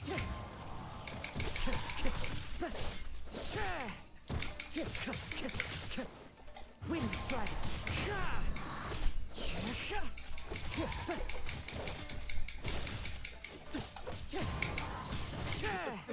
Let's get down to business. Let's get down to business. Falling leaves, adorn my night.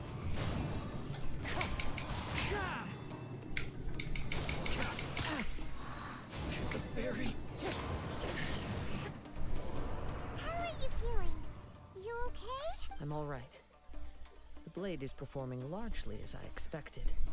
Having gone so long without proper use and maintenance, it's become very difficult to use. Though he's making every effort to persevere, I do not think he can last much longer. Something else on your mind? How strange. Rather than trying to control me, he is instead trying to match my fighting rhythm. Let's keep going.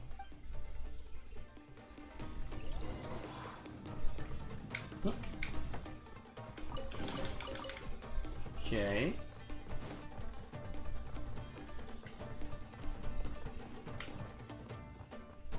Hey, friends. Bam!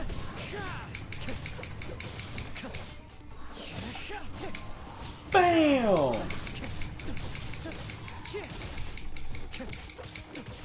Huh? Bam! My lucky day. Alright. One with wind and cloud. Woo!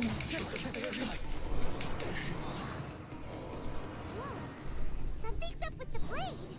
What's going on? It's grown dimmer? I can sense that his strength is slowly fading away. The blade is becoming more and more difficult for me to wield. He cannot hold out much longer.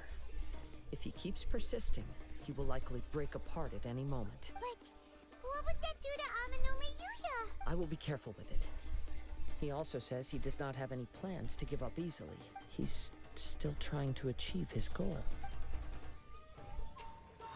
Gotta give the sword props.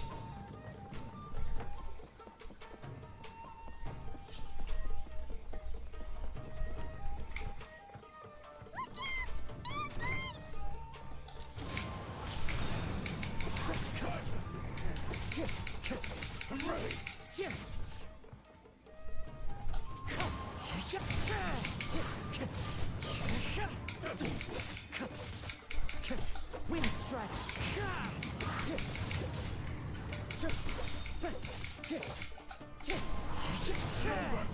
Clouds high.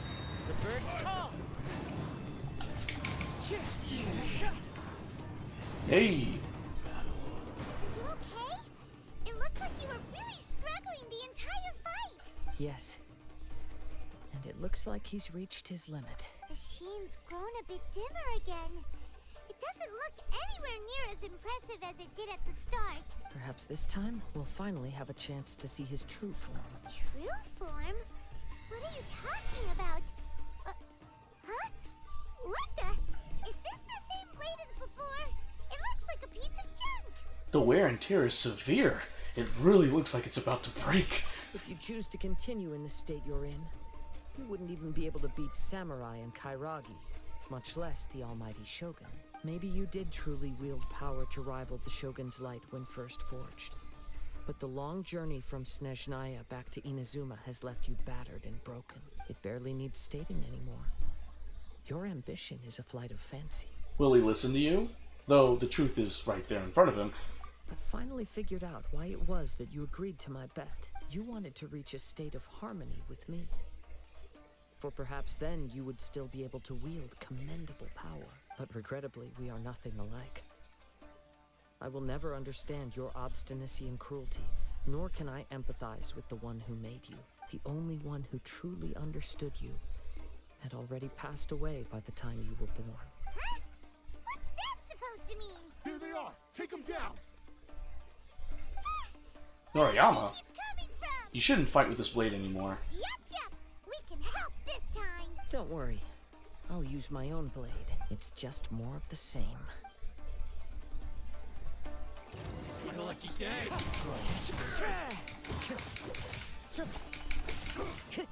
There's more!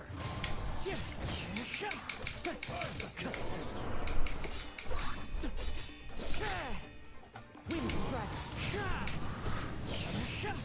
End you! Oh!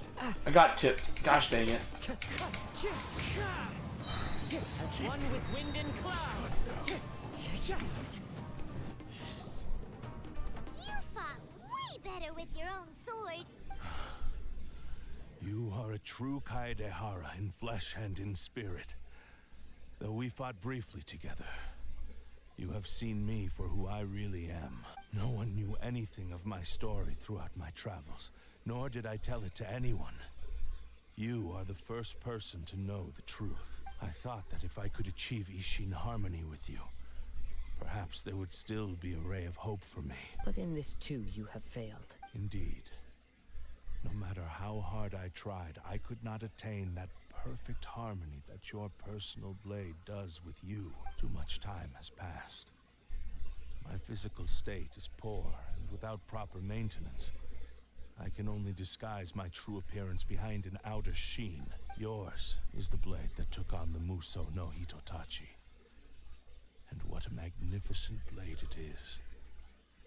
Perhaps I shall never reach that level of glory. Actually, this is just a generic blade that I picked up during my travels in Liyue. What? Forging and maintenance are both important for a blade, but they are not everything. This blade has traveled the land with me for many years, and we have formed a close bond during that time. Plus, in the moment that I most needed it, I received aid from another power: skill, blade, determination, and desire. All these must be aligned in the practice of Ishin art. There is something else I must tell you. Though your maker may not have been aware, your ability to possess your own consciousness derived from the power of the Tatarigami. Tatarigami is a malevolence from the ancient past. It is the source of your mania and savagery. Though you tried to cooperate with me while I was wielding you, the part of you driven by Tatarigami was constantly trying to seize control of my body. I sensed it, but I couldn't change it. It is an integral part of my consciousness. I resisted its temptations because I wanted to save Amenoma Yuya. But I do not know whether you yourself have any intention of trying to fight it. I feel a great sense of regret for you. Since you embarked on a journey bound for a destination you were destined never to reach. The moment you embarked on this journey, you lost the only person who could have ever unleashed your true potential. And yet there was no way for you to turn your back on his ambition. You have known this for a long time. It is the true source of your despair. He gave me everything. My life, my form, my consciousness, and purpose. How could I possibly deny him his wish? I said to him, "Do not worry. From here on, I shall forge your legacy." How could I go back on my word? I believe our bet is now settled. I have nothing further to say. Where are you going, Kazuha? He now has neither the ability nor the motivation to cause further harm. Let's give him some time to reflect on things.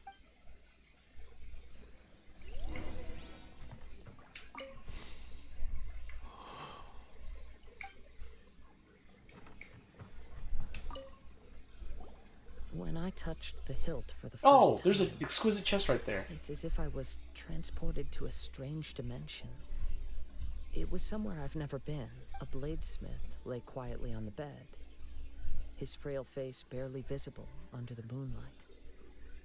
His breaths were weak, and his life near its end. A newly forged blade lay by his side, listening attentively to his final words. Wow. That was the Blade's memory, wasn't it?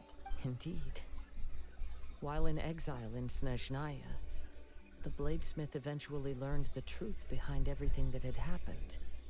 The Ishin art had been dealt a devastating blow by the desertion of its best smiths. He spent the rest of his life in the forge, not to vent his frustration and hatred, but to atone for his actions. He felt intense regret at being tricked by the Fatui, but he could never again return to his homeland.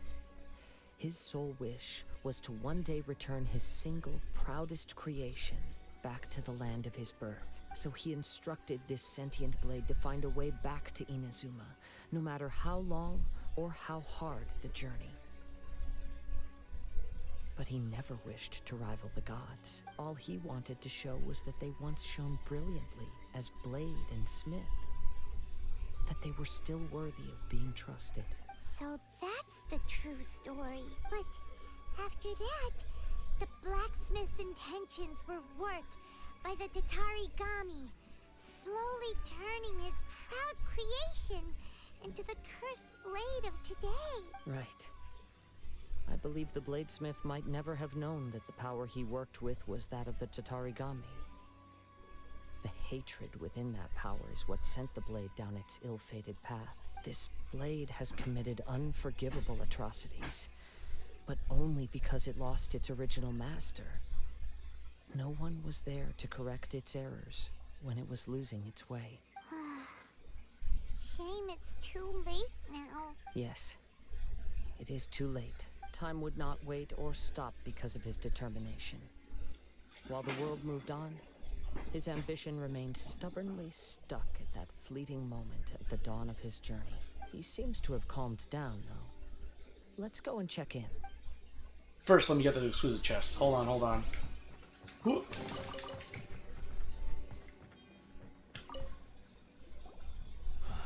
When I look back at the past, I can remember the day of my forging like it was just yesterday. I once told him that I would pay any price to fulfill his wishes. Such was the debt I owed to him for giving me the gift of consciousness. But darkness and slaughter numbed the mind.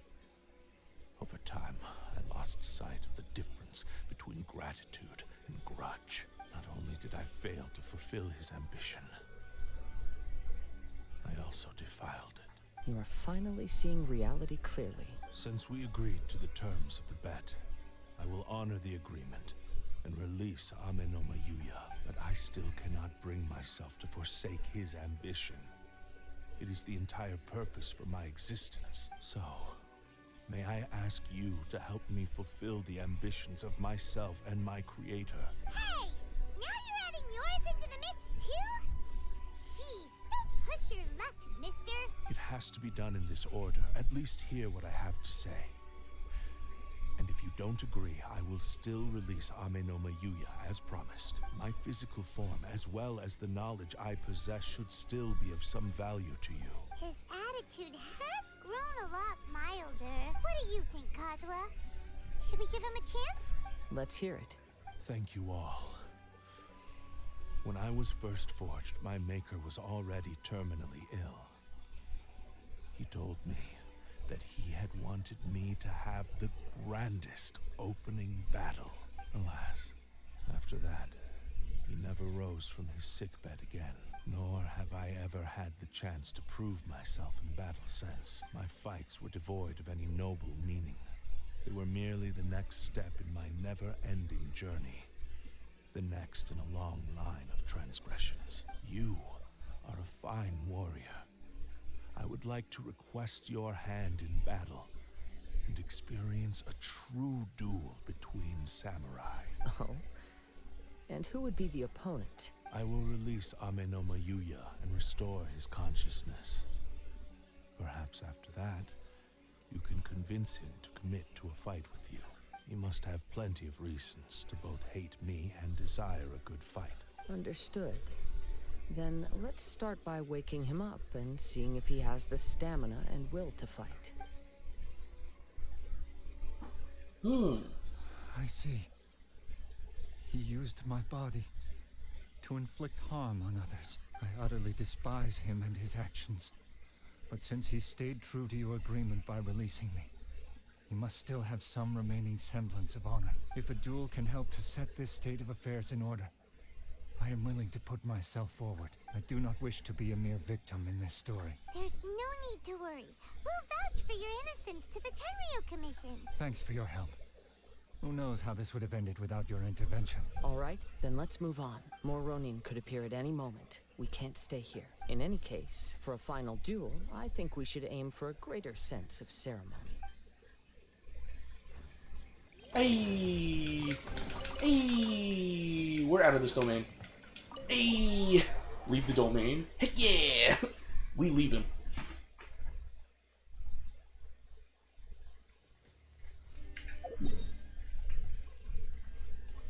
Oh.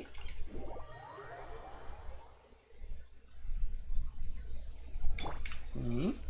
Yeah! Skyward! Scatter!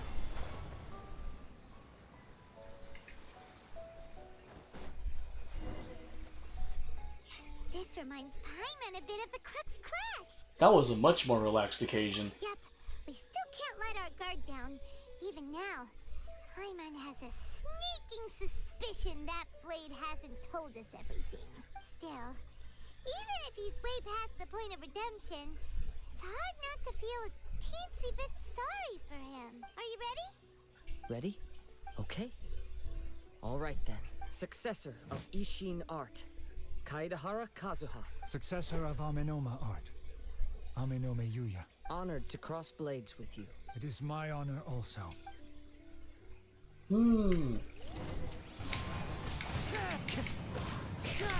Time to go. Wind Strider. Whoa, where'd you go? Dang.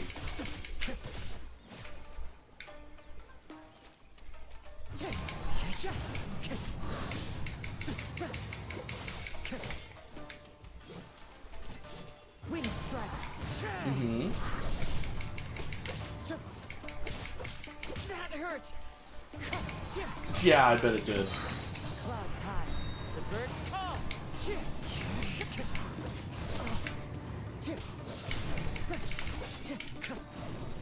Dude, get over here. You like stop leaving? Thank you. Wind Strider. Alright, I was like, we're about to leave like the area that we need to For the experience. stay in for the story quest. Although he appears battered and broken, in your hands it seems he's regained a glimmer of brilliance. His sense of savage cruelty has completely faded away. But that same sense of determination remains strong. You also fought well. I'm sure he relished the experience. There are a few things that I shall leave him to tell you himself. I must apologize to you for all that has transpired. You need not seek my forgiveness. Nor do I have the right to forgive you on your victim's behalf. It is too late for all of that. I do not wish for forgiveness. I only hope that you will see my transgressions as mine alone, and not let them stain the legacy of Ishin art. I strayed far from the straight and narrow path, but the Ishin art still has a worthy successor in Kaedehara Kazuha. I beseech you, please understand this. Yes. I too trust Mr. Kaedehara to do the right thing. Thank you, successor of Amenoma art. This blade has also told me that he has another wish. He would like to visit the Amenoma smithy. Maybe we can go back there together. What does he want to go there for? I'm not sure, but I think that all this is about to come to an end.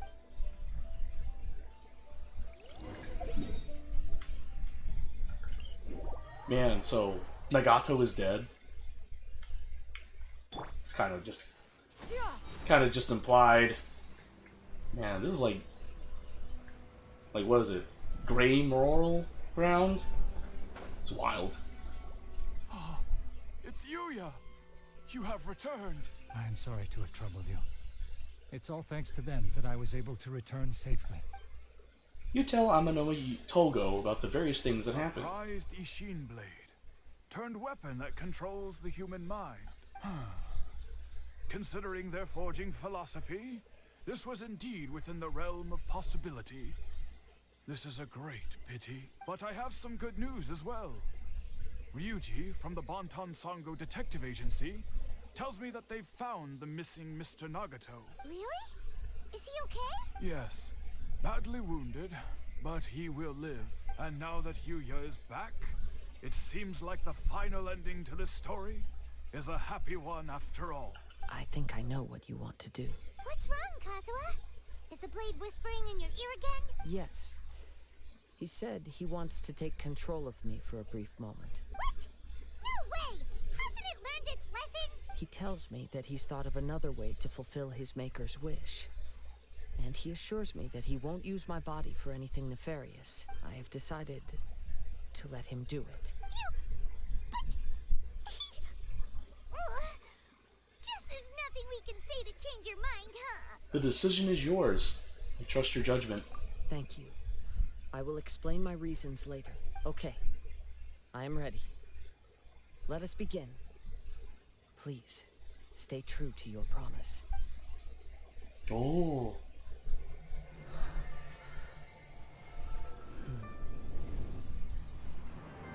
My power is almost spent. Without him, my eventual demise is inevitable. But if I abandon the future to give everything I have in this moment, my physical form can be forged anew. Everything? You mean... Yes. The cost is my entire consciousness. You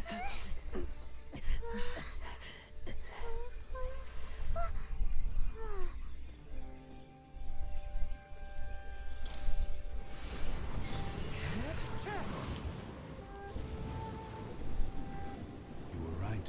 There's nothing that I can accomplish now. But there's still a chance for Ishin art. Once remade, I will be a valuable resource for your studies. Ishin lives on, and its finest hour is yet to come. Even if I am not the one to prove its might to the Shogun, as long as it is an Ishin blade, crafted by Kaedehara hands, it will still fulfill his final wish. Thank you, son of the Kaedehara clan. Over the years, my real name has been forgotten by all. I'm ashamed to utter it, yet it remains strong in my mind. Kagotsurube Ishin. This name is now yours to keep. Rest in peace. Wow.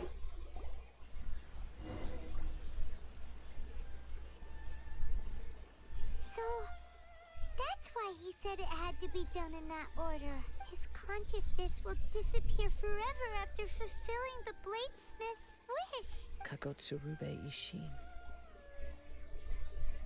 It was the first time I ever heard his name. It seems like deep down he disapproved of his own actions, and thus chose to bury this name deep within his heart. Only in the final moments, before his consciousness faded, was he willing to entrust it to another. Seems like he really wanted to fulfill his maker's wish. The same fervent ambition that gave him the motivation to keep going forward also fueled the stubborn determination that blinded him to the path ahead. Speaking for myself, I'd rather see him recognize and atone for his mistakes than see him punished for them. Too dangerous if you ask me. The remnants of defeated gods are nothing to scoff at. I understand. Perhaps this is a flaw in my personality. I've always been captivated by grand aspirations. I had the same thought with Kazuha, though. I gotta... Hearing his wish to rival the divine light touched something inside of me. Just as the sight of those who fought to repeal the Vision Hunt decree did. Your quest to face the gods and trace your sibling inspires me in the same way. After everything I've seen, perhaps these pursuits fascinate me a little more than they should. Oh, Kazuha. Kazuha. I will continue to support you from this point on. Know that you will have my assistance whenever you need it. Thank you. I'll hold you to your word. Wait, shouldn't we also go update Kujo Kamaji? Oh, you're right. We need to tell him about the findings of our investigation, and it's also time to give him a response to the offer he made me. Oh, he's gonna accept it. For the blade, which, the name of it I have, pretty much forgotten.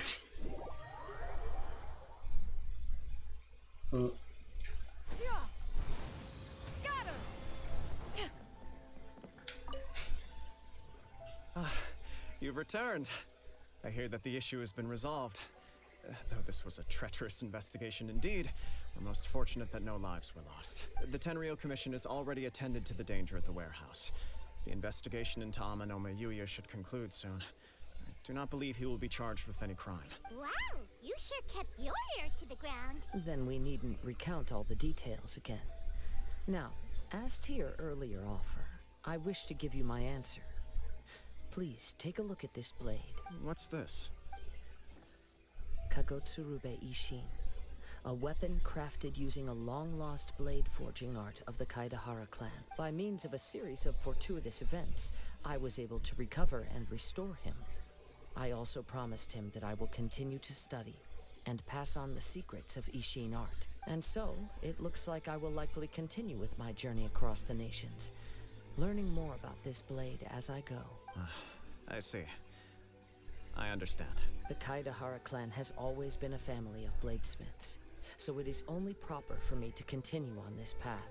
Were I to accept your goodwill, I may find myself embroiled in conflicts between the shogunate and Sangonomiya. That would not suit me. You misunderstand. That was most certainly not our intent. I am aware, but I still desire to continue walking my own path. Very well. I can understand. Then let's pretend this offer was never raised. However, if you should ever change your mind or find yourself in need of the Shogunate's assistance, please do not hesitate to inform me. Great. Thank you for your generosity. Where will you travel to next, Kazuha? I'll probably take to the seas with Captain Beto again for now. As for my next destination, let's see where the wind takes me. Sumeru. Just guessing from the Archon quest. Yay! Mr. Nagato's survival is the one silver lining in this whole catastrophe. We will continue to monitor his condition and hope he recovers soon. Nice. Okay. You must have a whole bunch of questions after our last conversation with Nahida.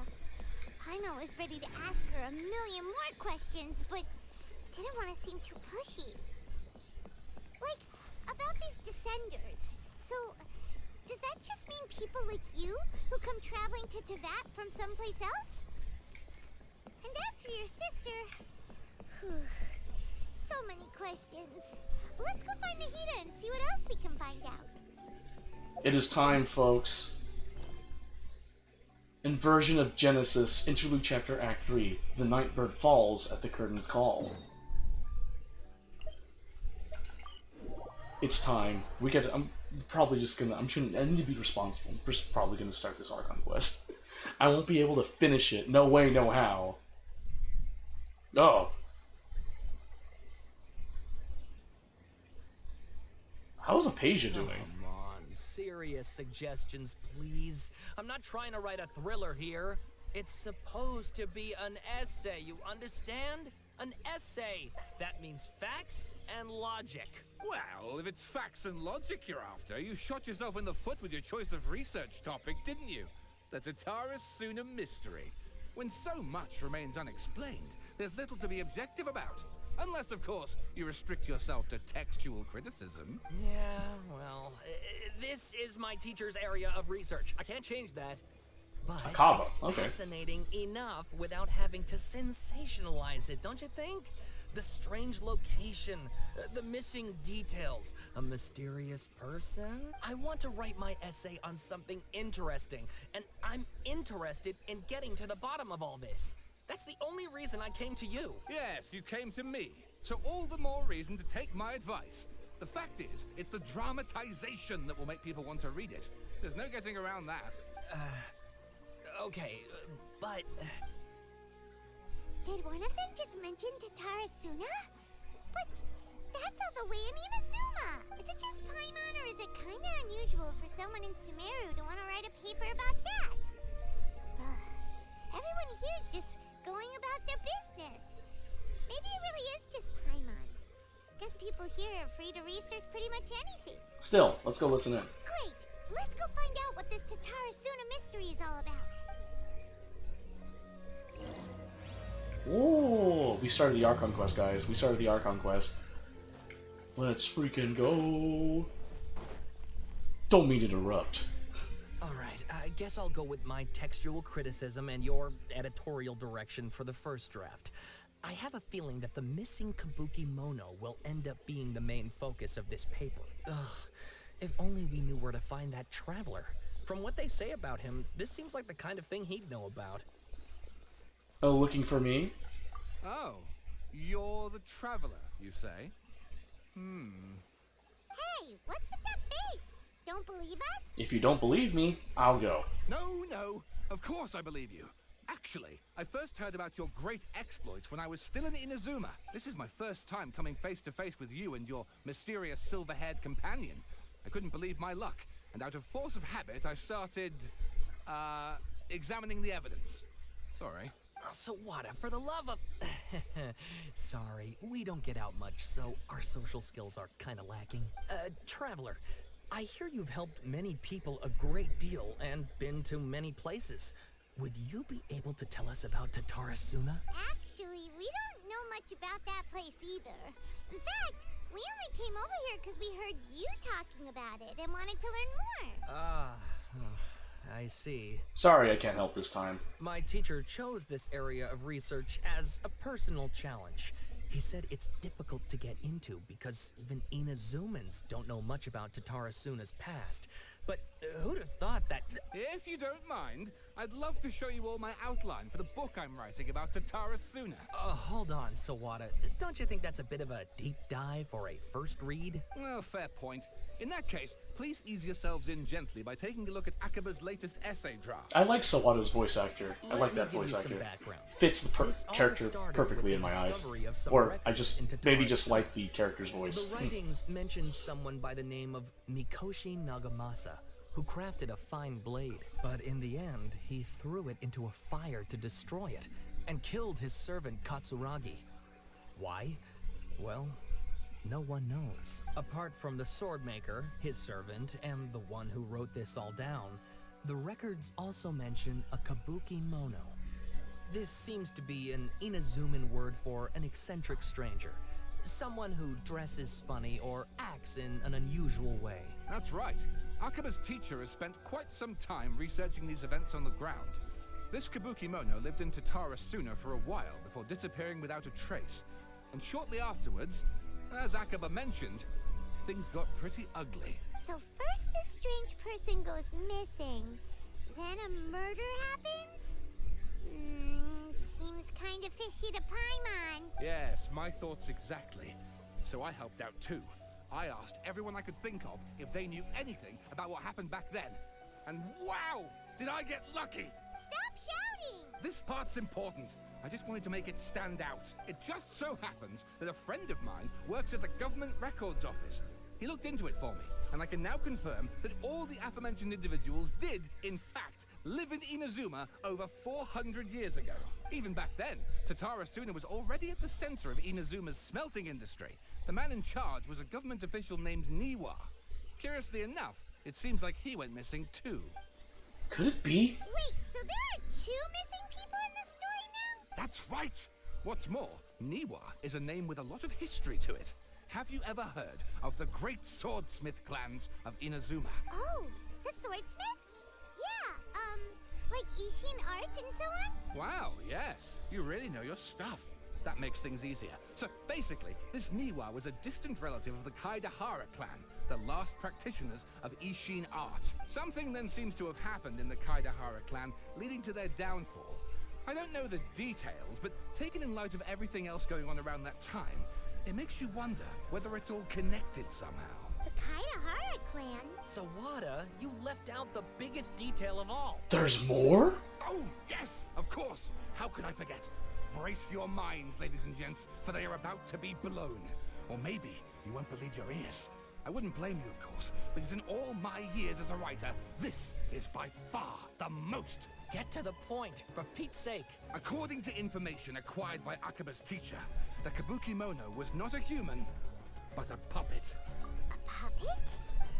The Shogun puppet that the Electro Archon made should be ruling Inazuma with her as we speak.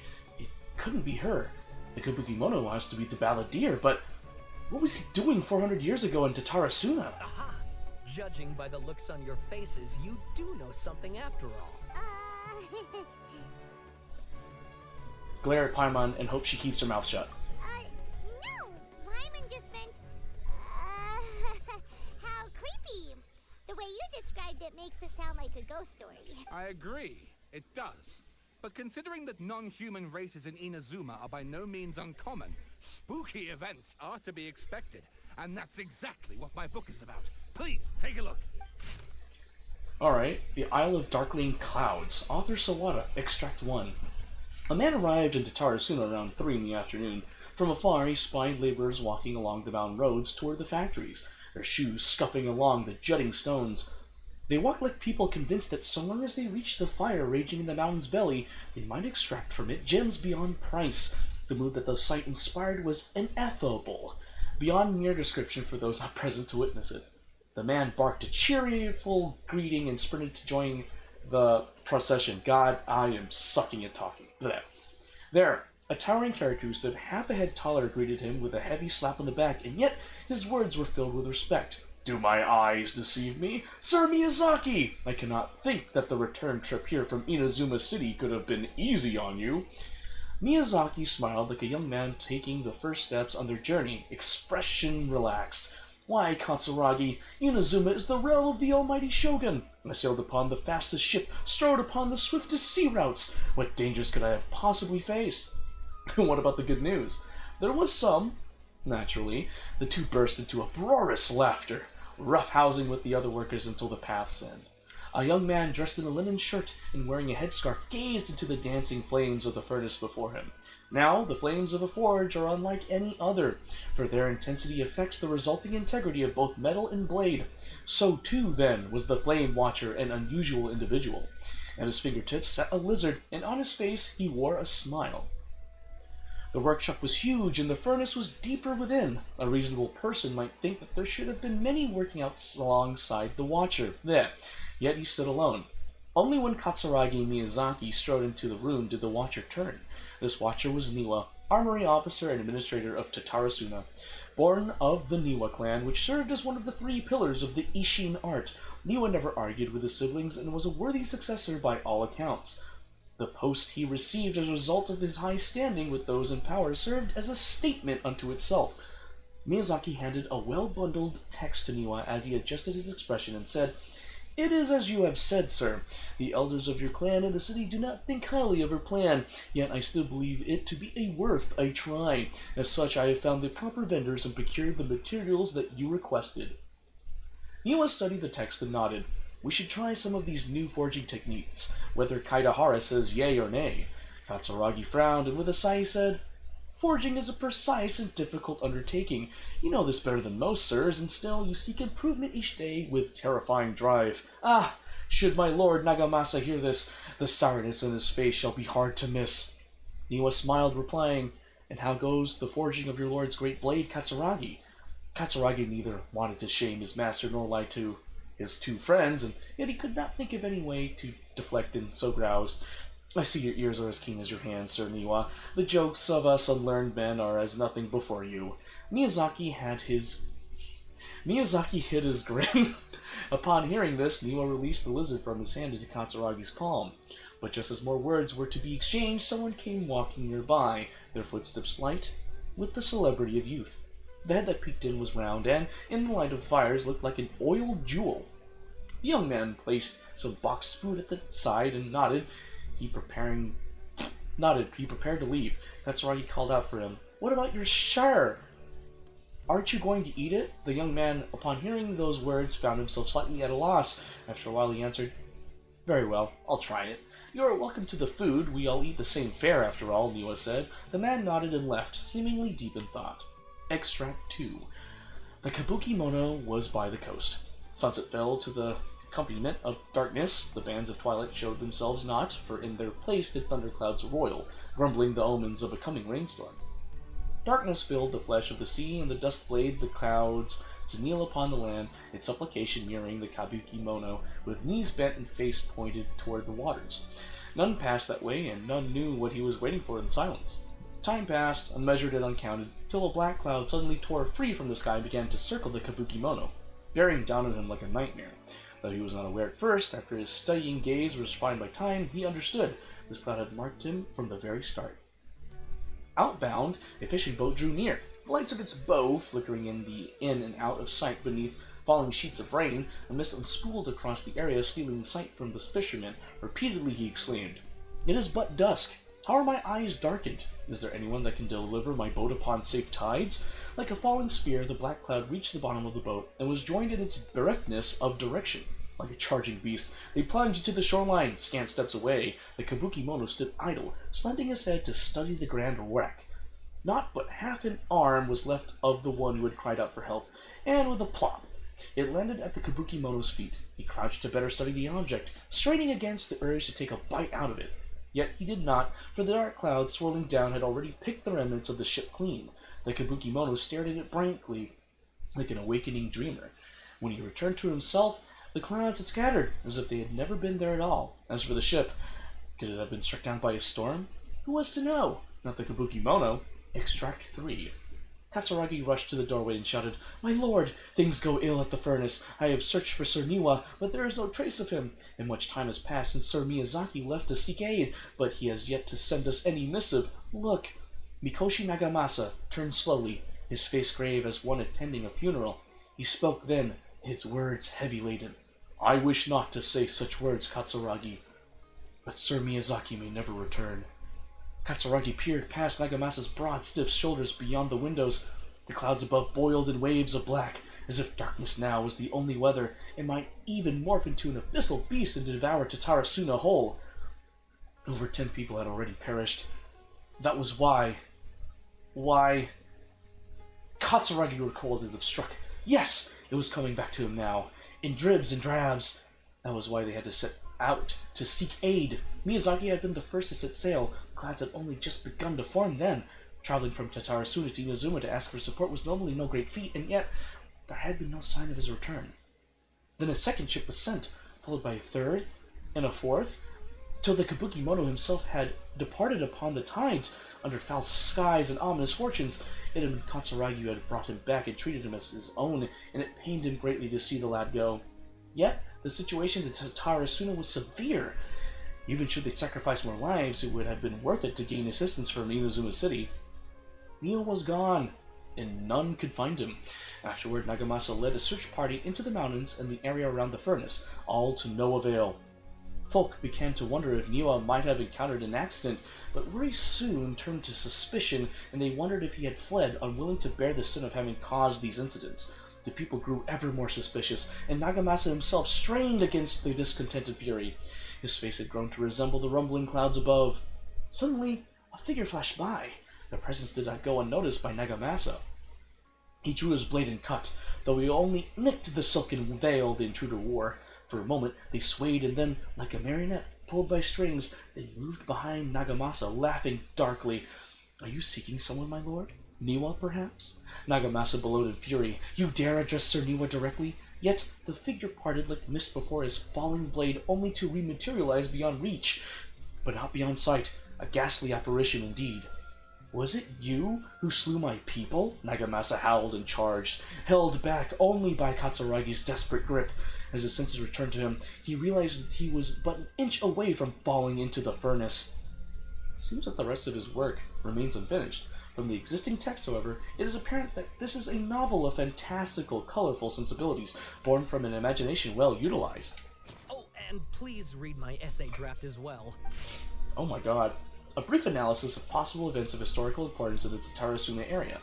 Details: this text belongs to a series of works sponsored by the Humana's Veil Cutter Project, and is yet to be numbered. Author: Akaba. Abstract. The Tatarasuna area has always been a major pillar of Inazuma's smithing industry. 2 incidents have occurred here, and the details behind the first are vague at best. I believe, however, that there might be a hidden history behind the events that transpired. Hence, this paper will attempt to analyze what may have unfolded from the available data. Glossary: Tatarasuna area, Raiden Gokiden, Mikoshi Nagamasa, Kabuki Mono. Introduction. This paper continues and expands the work of my mentor, Mr. Rumi, in his report on The Happily Hidden Tales of Tatarasuna, and is intended to further this avenue of research. According to the data, the blade forging techniques of Inazuma were originally handed down from the Electro Archon, also known as the Raiden Shogun. Using the arts they inherited from their Archon, the people of Inazuma devoted themselves to the process of forging. However, strange rumors that do not quite fit the steely nature of the metalwork yet linger about Tatarasuna, which was a central pillar of the forging industry. There, the Mikoshi and Niwa clans, along with an eccentric puppet, served as the 3 windows of insight we need to investigate the truth behind what happened. Body. Strange notes from the Tatarasuna area. Their contents as follows. 1. Perhaps I overstep, but I think that Sir Nagamasa's mood grows better when he forges blades. The obsession to cleanse the stain of the name Mikoshi must eat at him. Also, Sir Katsuragi discovered a nameless eccentric while patrolling around Nazuchi Beach. 2. The inspector bought a certain number of jade steel ingots. Sir Katsuragi discussed matters of smithing deep into the night with the vice armory officer. 3. We at last made a single nagamaki. We call it the Daitatara Nagamasa. The inspector was in high spirits, and he and the vice armory officer. Nozomu was so taken by the beauty of the Daitatara Nagamasa that he drew a picture of it, and he performed a sword dance with that wandering eccentric. 4. And we could not find that eccentric. The inspector flew into a rage and slashed Katsuragi. The great blade cut deep into the flesh, cast his own nagamaki into the furnace's flame. Nozomu could not abide by that order and drew the completely melted weapon out of the furnace. He was horribly burned. Nozomu died that night. 5. Nozomu died that night. I dare say that while Sir Katsuragi may have committed malfeasance, it was out of the goodness of his heart. 6. Kinjiro hid the nagamaki in Nozomu's drawing in the arsenal. Nagamasa is harsh, but also knows right from wrong, but even so, he is not amenable to reason. His name indicates one obsessed with purity. Still, I and some households of Tatarasuna have not been blinded by the matter of Nagamasa's mother, Chiyo, and we trust him. I also remain unwilling to forget the joy of creating the Daitatara Nagamasa with him, and that joy of watching that nameless eccentric perform the sword dance with Katsuragi. 7. Before we withdrew, we should have divided the arsenal key into 3 parts, 1 for the inspector, 1 for the armory officer, and 1 to be left in Tatarasuna itself to prevent theft. Though we were in too much of a hurry and neither the inspector nor the armory officer could be found, so I was bold as to hide the 3 pieces within treasure chests in Tatarasuna. The 7 notes I mentioned prior have been scattered across the Tatarasuna area. Among the 7 notes, 6 seem to be of good physical integrity. Though they all look quite old, while the last one looks more recent, I believe that the first 6 notes and the last are of different time periods. Though the gulf in years between them needs to be verified, the contents of the first 6 should also be related to each other, as the incidents mentioned are quite consistent with one another. Rumi once mentioned in the Happily Hidden Tales of Tatarasuna, hereafter known as Hidden Tales, that in the past researchers from Sumeru had investigated the cultural histories of Tatarasuna and Inazuma. Though the place has fallen into some degree of disrepair since the Hidden Tales were written, things have improved since the time when I wrote my original article. Regardless, what used to be an area of major industry remains a place most inhospitable, and the residents of Tatarasuna may be found living and dwelling by the waters. The residents, when questioned, told the researchers of Tatarasuna's golden age centuries ago, when it was administered by Armory Officer Niwa, Vice Armory Officer Miyazaki, and Inspector Mikoshi Nagamasa. Yet, the elders among the locals with deeper ties to the region also seemed to stress the fact that there were strange rumors surrounding their homeland's past. A great many of these rumors revolved around the yokai, who are so very characteristic of Inazuma's folk histories. A very small number, however, mentioned the word puppet. It should be known that puppets are neither traditional nor common yokai in Inazuma. This fact drew the attention of the researchers to delve further, and eventually the following pieces of information came to light. A puppet did once appear in Tatarasuna. Its visage was elegant, its apparel impeccable, and the way it dressed hid all the joint lines on its body. If no one were to mention that it was indeed a puppet, it would be hard to tell at all.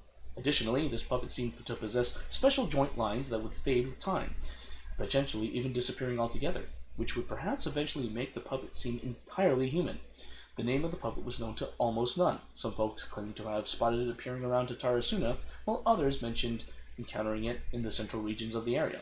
Some even claimed that it would frequent the beach. Tales spread of it standing beside the sea and gazing across the waters toward Inazuma City. What it was that the puppet was gazing at remains a mystery. As mentioned earlier, the 6 notes all document a certain nameless eccentric.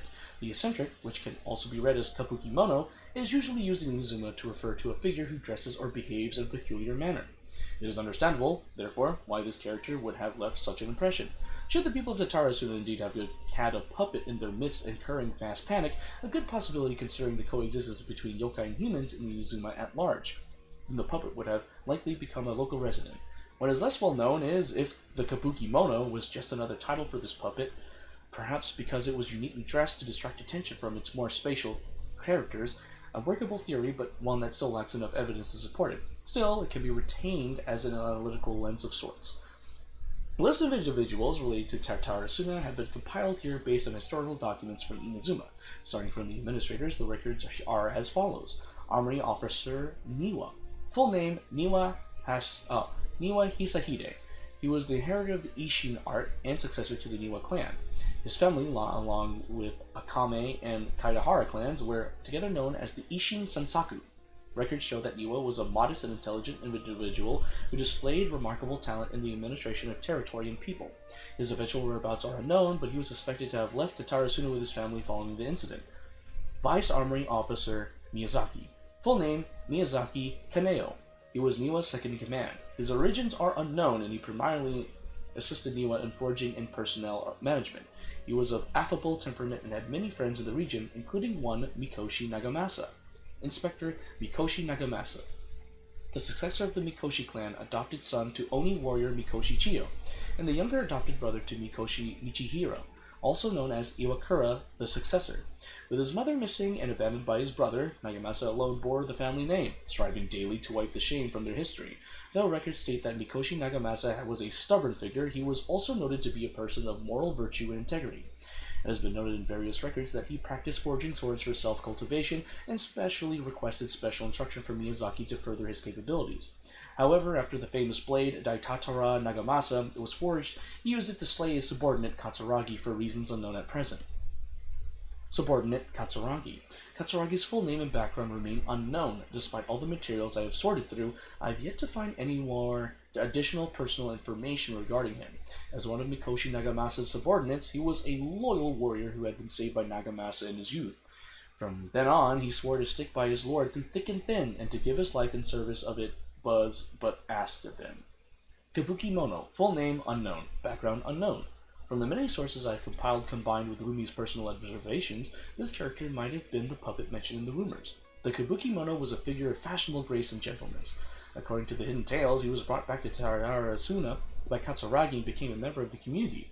When the Kabuki Mono first arrived in Tatarasuna, he knew nothing of cleaning, cooking, or any work of meticulous nature. The locals taught him their skills over time, showing him how to clean his attire, dance, and craft small trinkets. Records state that the Kabuki Mono was there when the Daitatara Nagamasa was forged. Though his trail ends before Mikoshi Nagamasa slew Katsuragi, and I believe that the Kabuki Mono was indeed the aforementioned puppet, and that he quite likely had a hand in Katsuragi's death. It seems that the rest of this paper remains unfinished. One thing is for sure, though, a lot of thought was put into it. Sawada was encouraging me to follow his more creative approach, but I think essays should be grounded in facts. I don't think explaining everything away with mysterious forces will cut it. Oh, how about if I plug the holes in Sawada's narrative with political intrigue? Like, I could put a turf war between rival factions at the center of the whole series of events. Wait, you're allowed to just make stuff up? Pretty sure you've gone from essay to guessay there. Yeah, sounds more like a novel. Akaba, look. Your teacher has researched this extensively. I've reached out to everyone I could think of. Whatever information we have now is all that there is to know. This is as much detail as you're ever going to get. Besides, if there really was a political power struggle going on at anything like the level you seem to be suggesting, what hope would we ever have of finding out the truth? Good point. Okay, back to the drawing board, I guess. Give me some time. I need to find a new angle on this. I'll leave you to it. We have some other stuff to do, so we'll have to say goodbye bye for now. Good luck with your essay. All right, thank you. If you find out any more info about all this, please do let me know. Thanks so much. To Nahida. To Nahida. Hey, so that thing they were talking about, it has to do with the balladeer, doesn't it? Yes. Okay, then even if we did know something about it, we probably couldn't share it with them, huh? After all, we kicked his butt and got him locked up. Information about people like that is usually super confidential, isn't it? If you ask Paimon, Akaba should just pick a different topic. There must be as many essay topics as there are trees in the forest. There's no point in... What's wrong? Hey, did you see that? He literally just went by, over there. It looked like... the balladeer! No, it can't have been. He got locked up. Oh, quick, let's catch up and see. Yeah, I gotta climb. Gotta climb.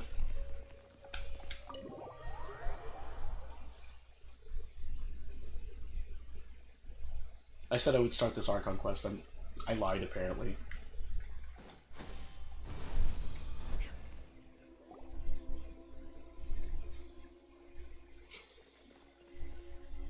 Traveler, Paimon, there you are. Nahida! Bad news. We just saw the balladeer strolling around in public. Did he escape or... Ah! It's him! Sure enough, you're here. Hey! What are you doing in the sanctuary of Suristana? Aren't you supposed to be locked up? I know you must have a lot of questions. Please, allow me to explain. It was my idea to set the balladeer free. We made a deal. And he's gonna do some investigation in Irminsul for me. A deal? Huh. You sure you trust this guy? What did you expect? Why do you think Sumeru would keep me around otherwise? Or maybe killing me is all you can think about. But if that's the case, why haven't you done it already? Don't flatter yourself. It was... Nahida said there's still some mysteries in you to figure out. Ah, so if it were up to you, you'd finish the job? Guess I had you all wrong. There I was thinking you were just getting cold feet. Well, that escalated quickly. Not a good start. Could I ask you all to please calm down? But Paimon's worried about you, Nahida. Don't let him trick you. It's not every day you see people questioning the God of Wisdom's judgment. Just when you think you've seen it all. Don't you dare try to drive a wedge between us! As long as the terms are reasonable, I don't think there's a problem in making a deal. Even with the balladeer. Well, I for one have no reason to doubt you. Considering you even struck a deal with the doctor. Yes, one in which I gained valuable information. You'll come to understand more about that in the fullness of time. The balladeer's power was all but completely spent after your battle. He's no longer strong enough to be a strategic threat to us.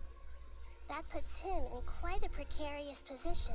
Plus, he's a former harbinger with knowledge of many of the Fatui's sensitive secrets. Being stuck here in Sumeru could make him a sitting duck, depending on how the Fatui plan to respond. Wait a second. Farmer? You mean he's not a harbinger anymore? I take no pleasure in saying this, but it seems as if the doctor had no intention of welcoming back a loser, so... So he tossed you out like trash. Sometimes it's you using them, other times it's them using you. Most human relationships are this way. Certainly all the stable ones are. That's how it was between me and the Fatui. And also between each of the Harbingers. So as long as you have some value to offer, nobody will ever abandon you. That's one way to look at it. But after recent events, even I have to admit that I'm not worth quite what I used to be. Really? What a crying shame. Well, if the Fatui are gonna reevaluate my utility, I need to have a backup plan for myself. As we discussed, I don't like causing harm to living beings, and you said you need protection. So, why not join forces with us? I think these two have made their objection to that idea fairly clear, don't you? And they're your friends. So I guess you'll be siding with them. Yeah, obviously! Nahida, don't listen to him! Then let's put that discussion to the side for now. We still have time. Today can be a trial run. Where we go from here will depend on how well we manage to cooperate today. All right. Then I'll do what we agreed. Good. Go now, and keep in touch. Nahida, are you serious about this? Yes. I have my reasons for this decision. In fact, I'm largely doing it for your benefit. For me? Yes. As I told you once before, there's information about your twin in Irminsul. Oh, yeah. Actually, that's the whole reason we came to see you today. So, you have an update on that? Mm-hmm. You may remember me mentioning that the Fatui had not included your twin's details in the Descender category. This is an extremely important point. It's possible that the Fatui have other information that even I don't know about. And since the Balladeer used to be one of them, he'll be better acquainted with this information than I am. He was granted the power to connect with Irminsul when he almost became the god of a new era. Even though he no longer has the Gnosis, some traces of its power remain in him. He can still connect. The amount of information in Irminsul is vast beyond description. Sifting through all of it without knowing what to look for would take too long, even for me. So I asked the Balladeer to search in Irminsul for any information about the Descenders. He's more familiar with this kind of information, and should be able to find it more quickly. What if he lies to you? Exactly! Or what if... Paimon just doesn't trust him! He's treated us as enemies every time we've run into him! I understand.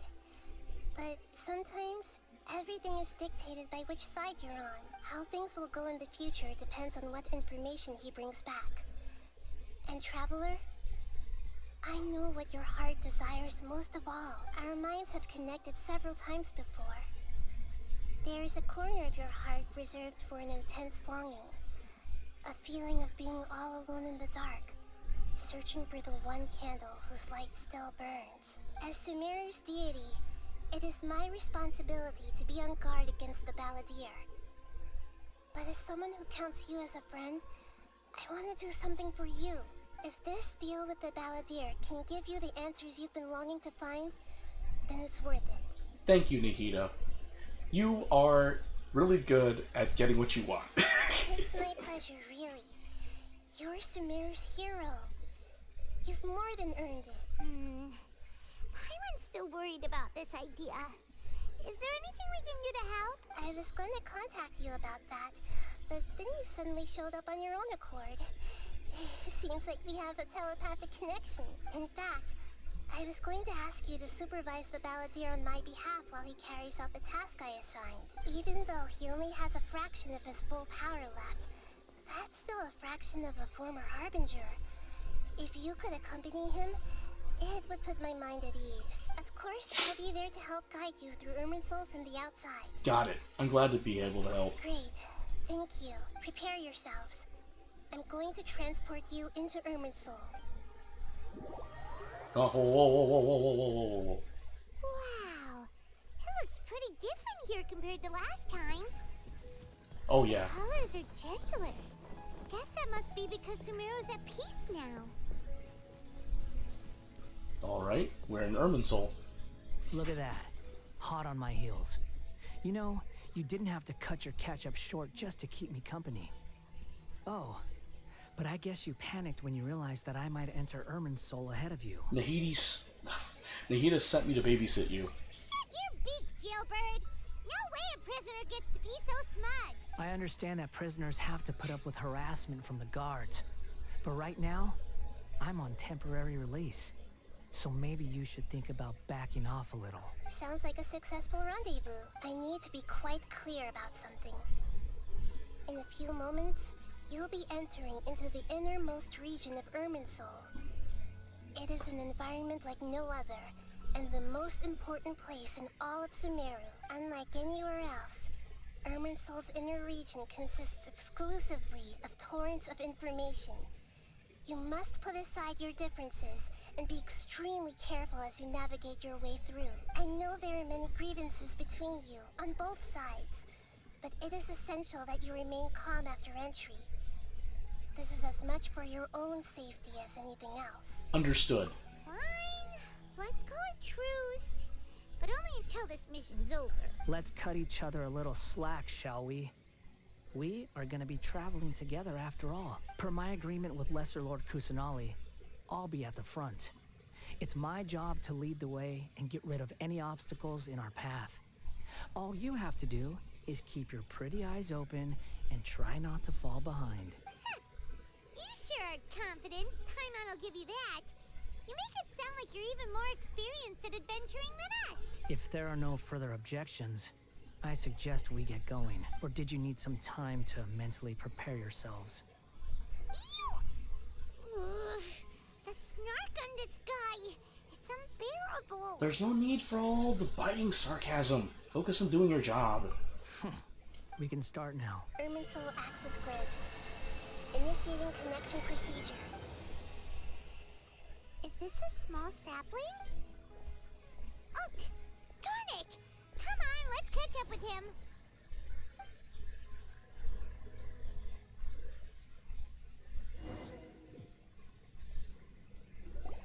Wow. So this is the inside of Irminsul. It's different than what I imagined. Ooh.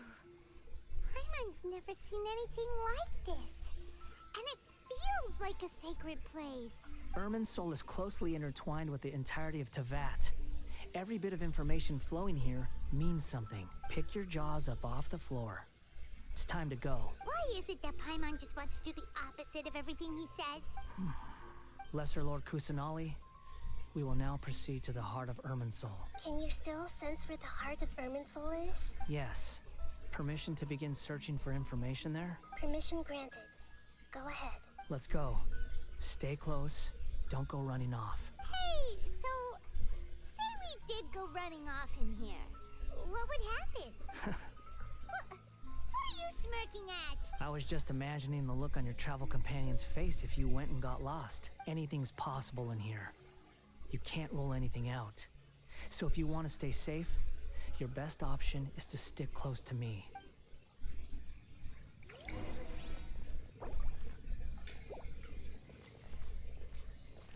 Yeah, I'm gonna leave. It's late. We're gonna stop there. We are literally stopping there. I need sleep. Alright. Thank you guys so much for joining the stream. Have a wonderful Tuesday. Oh, have a wonderful Wednesday. Peace.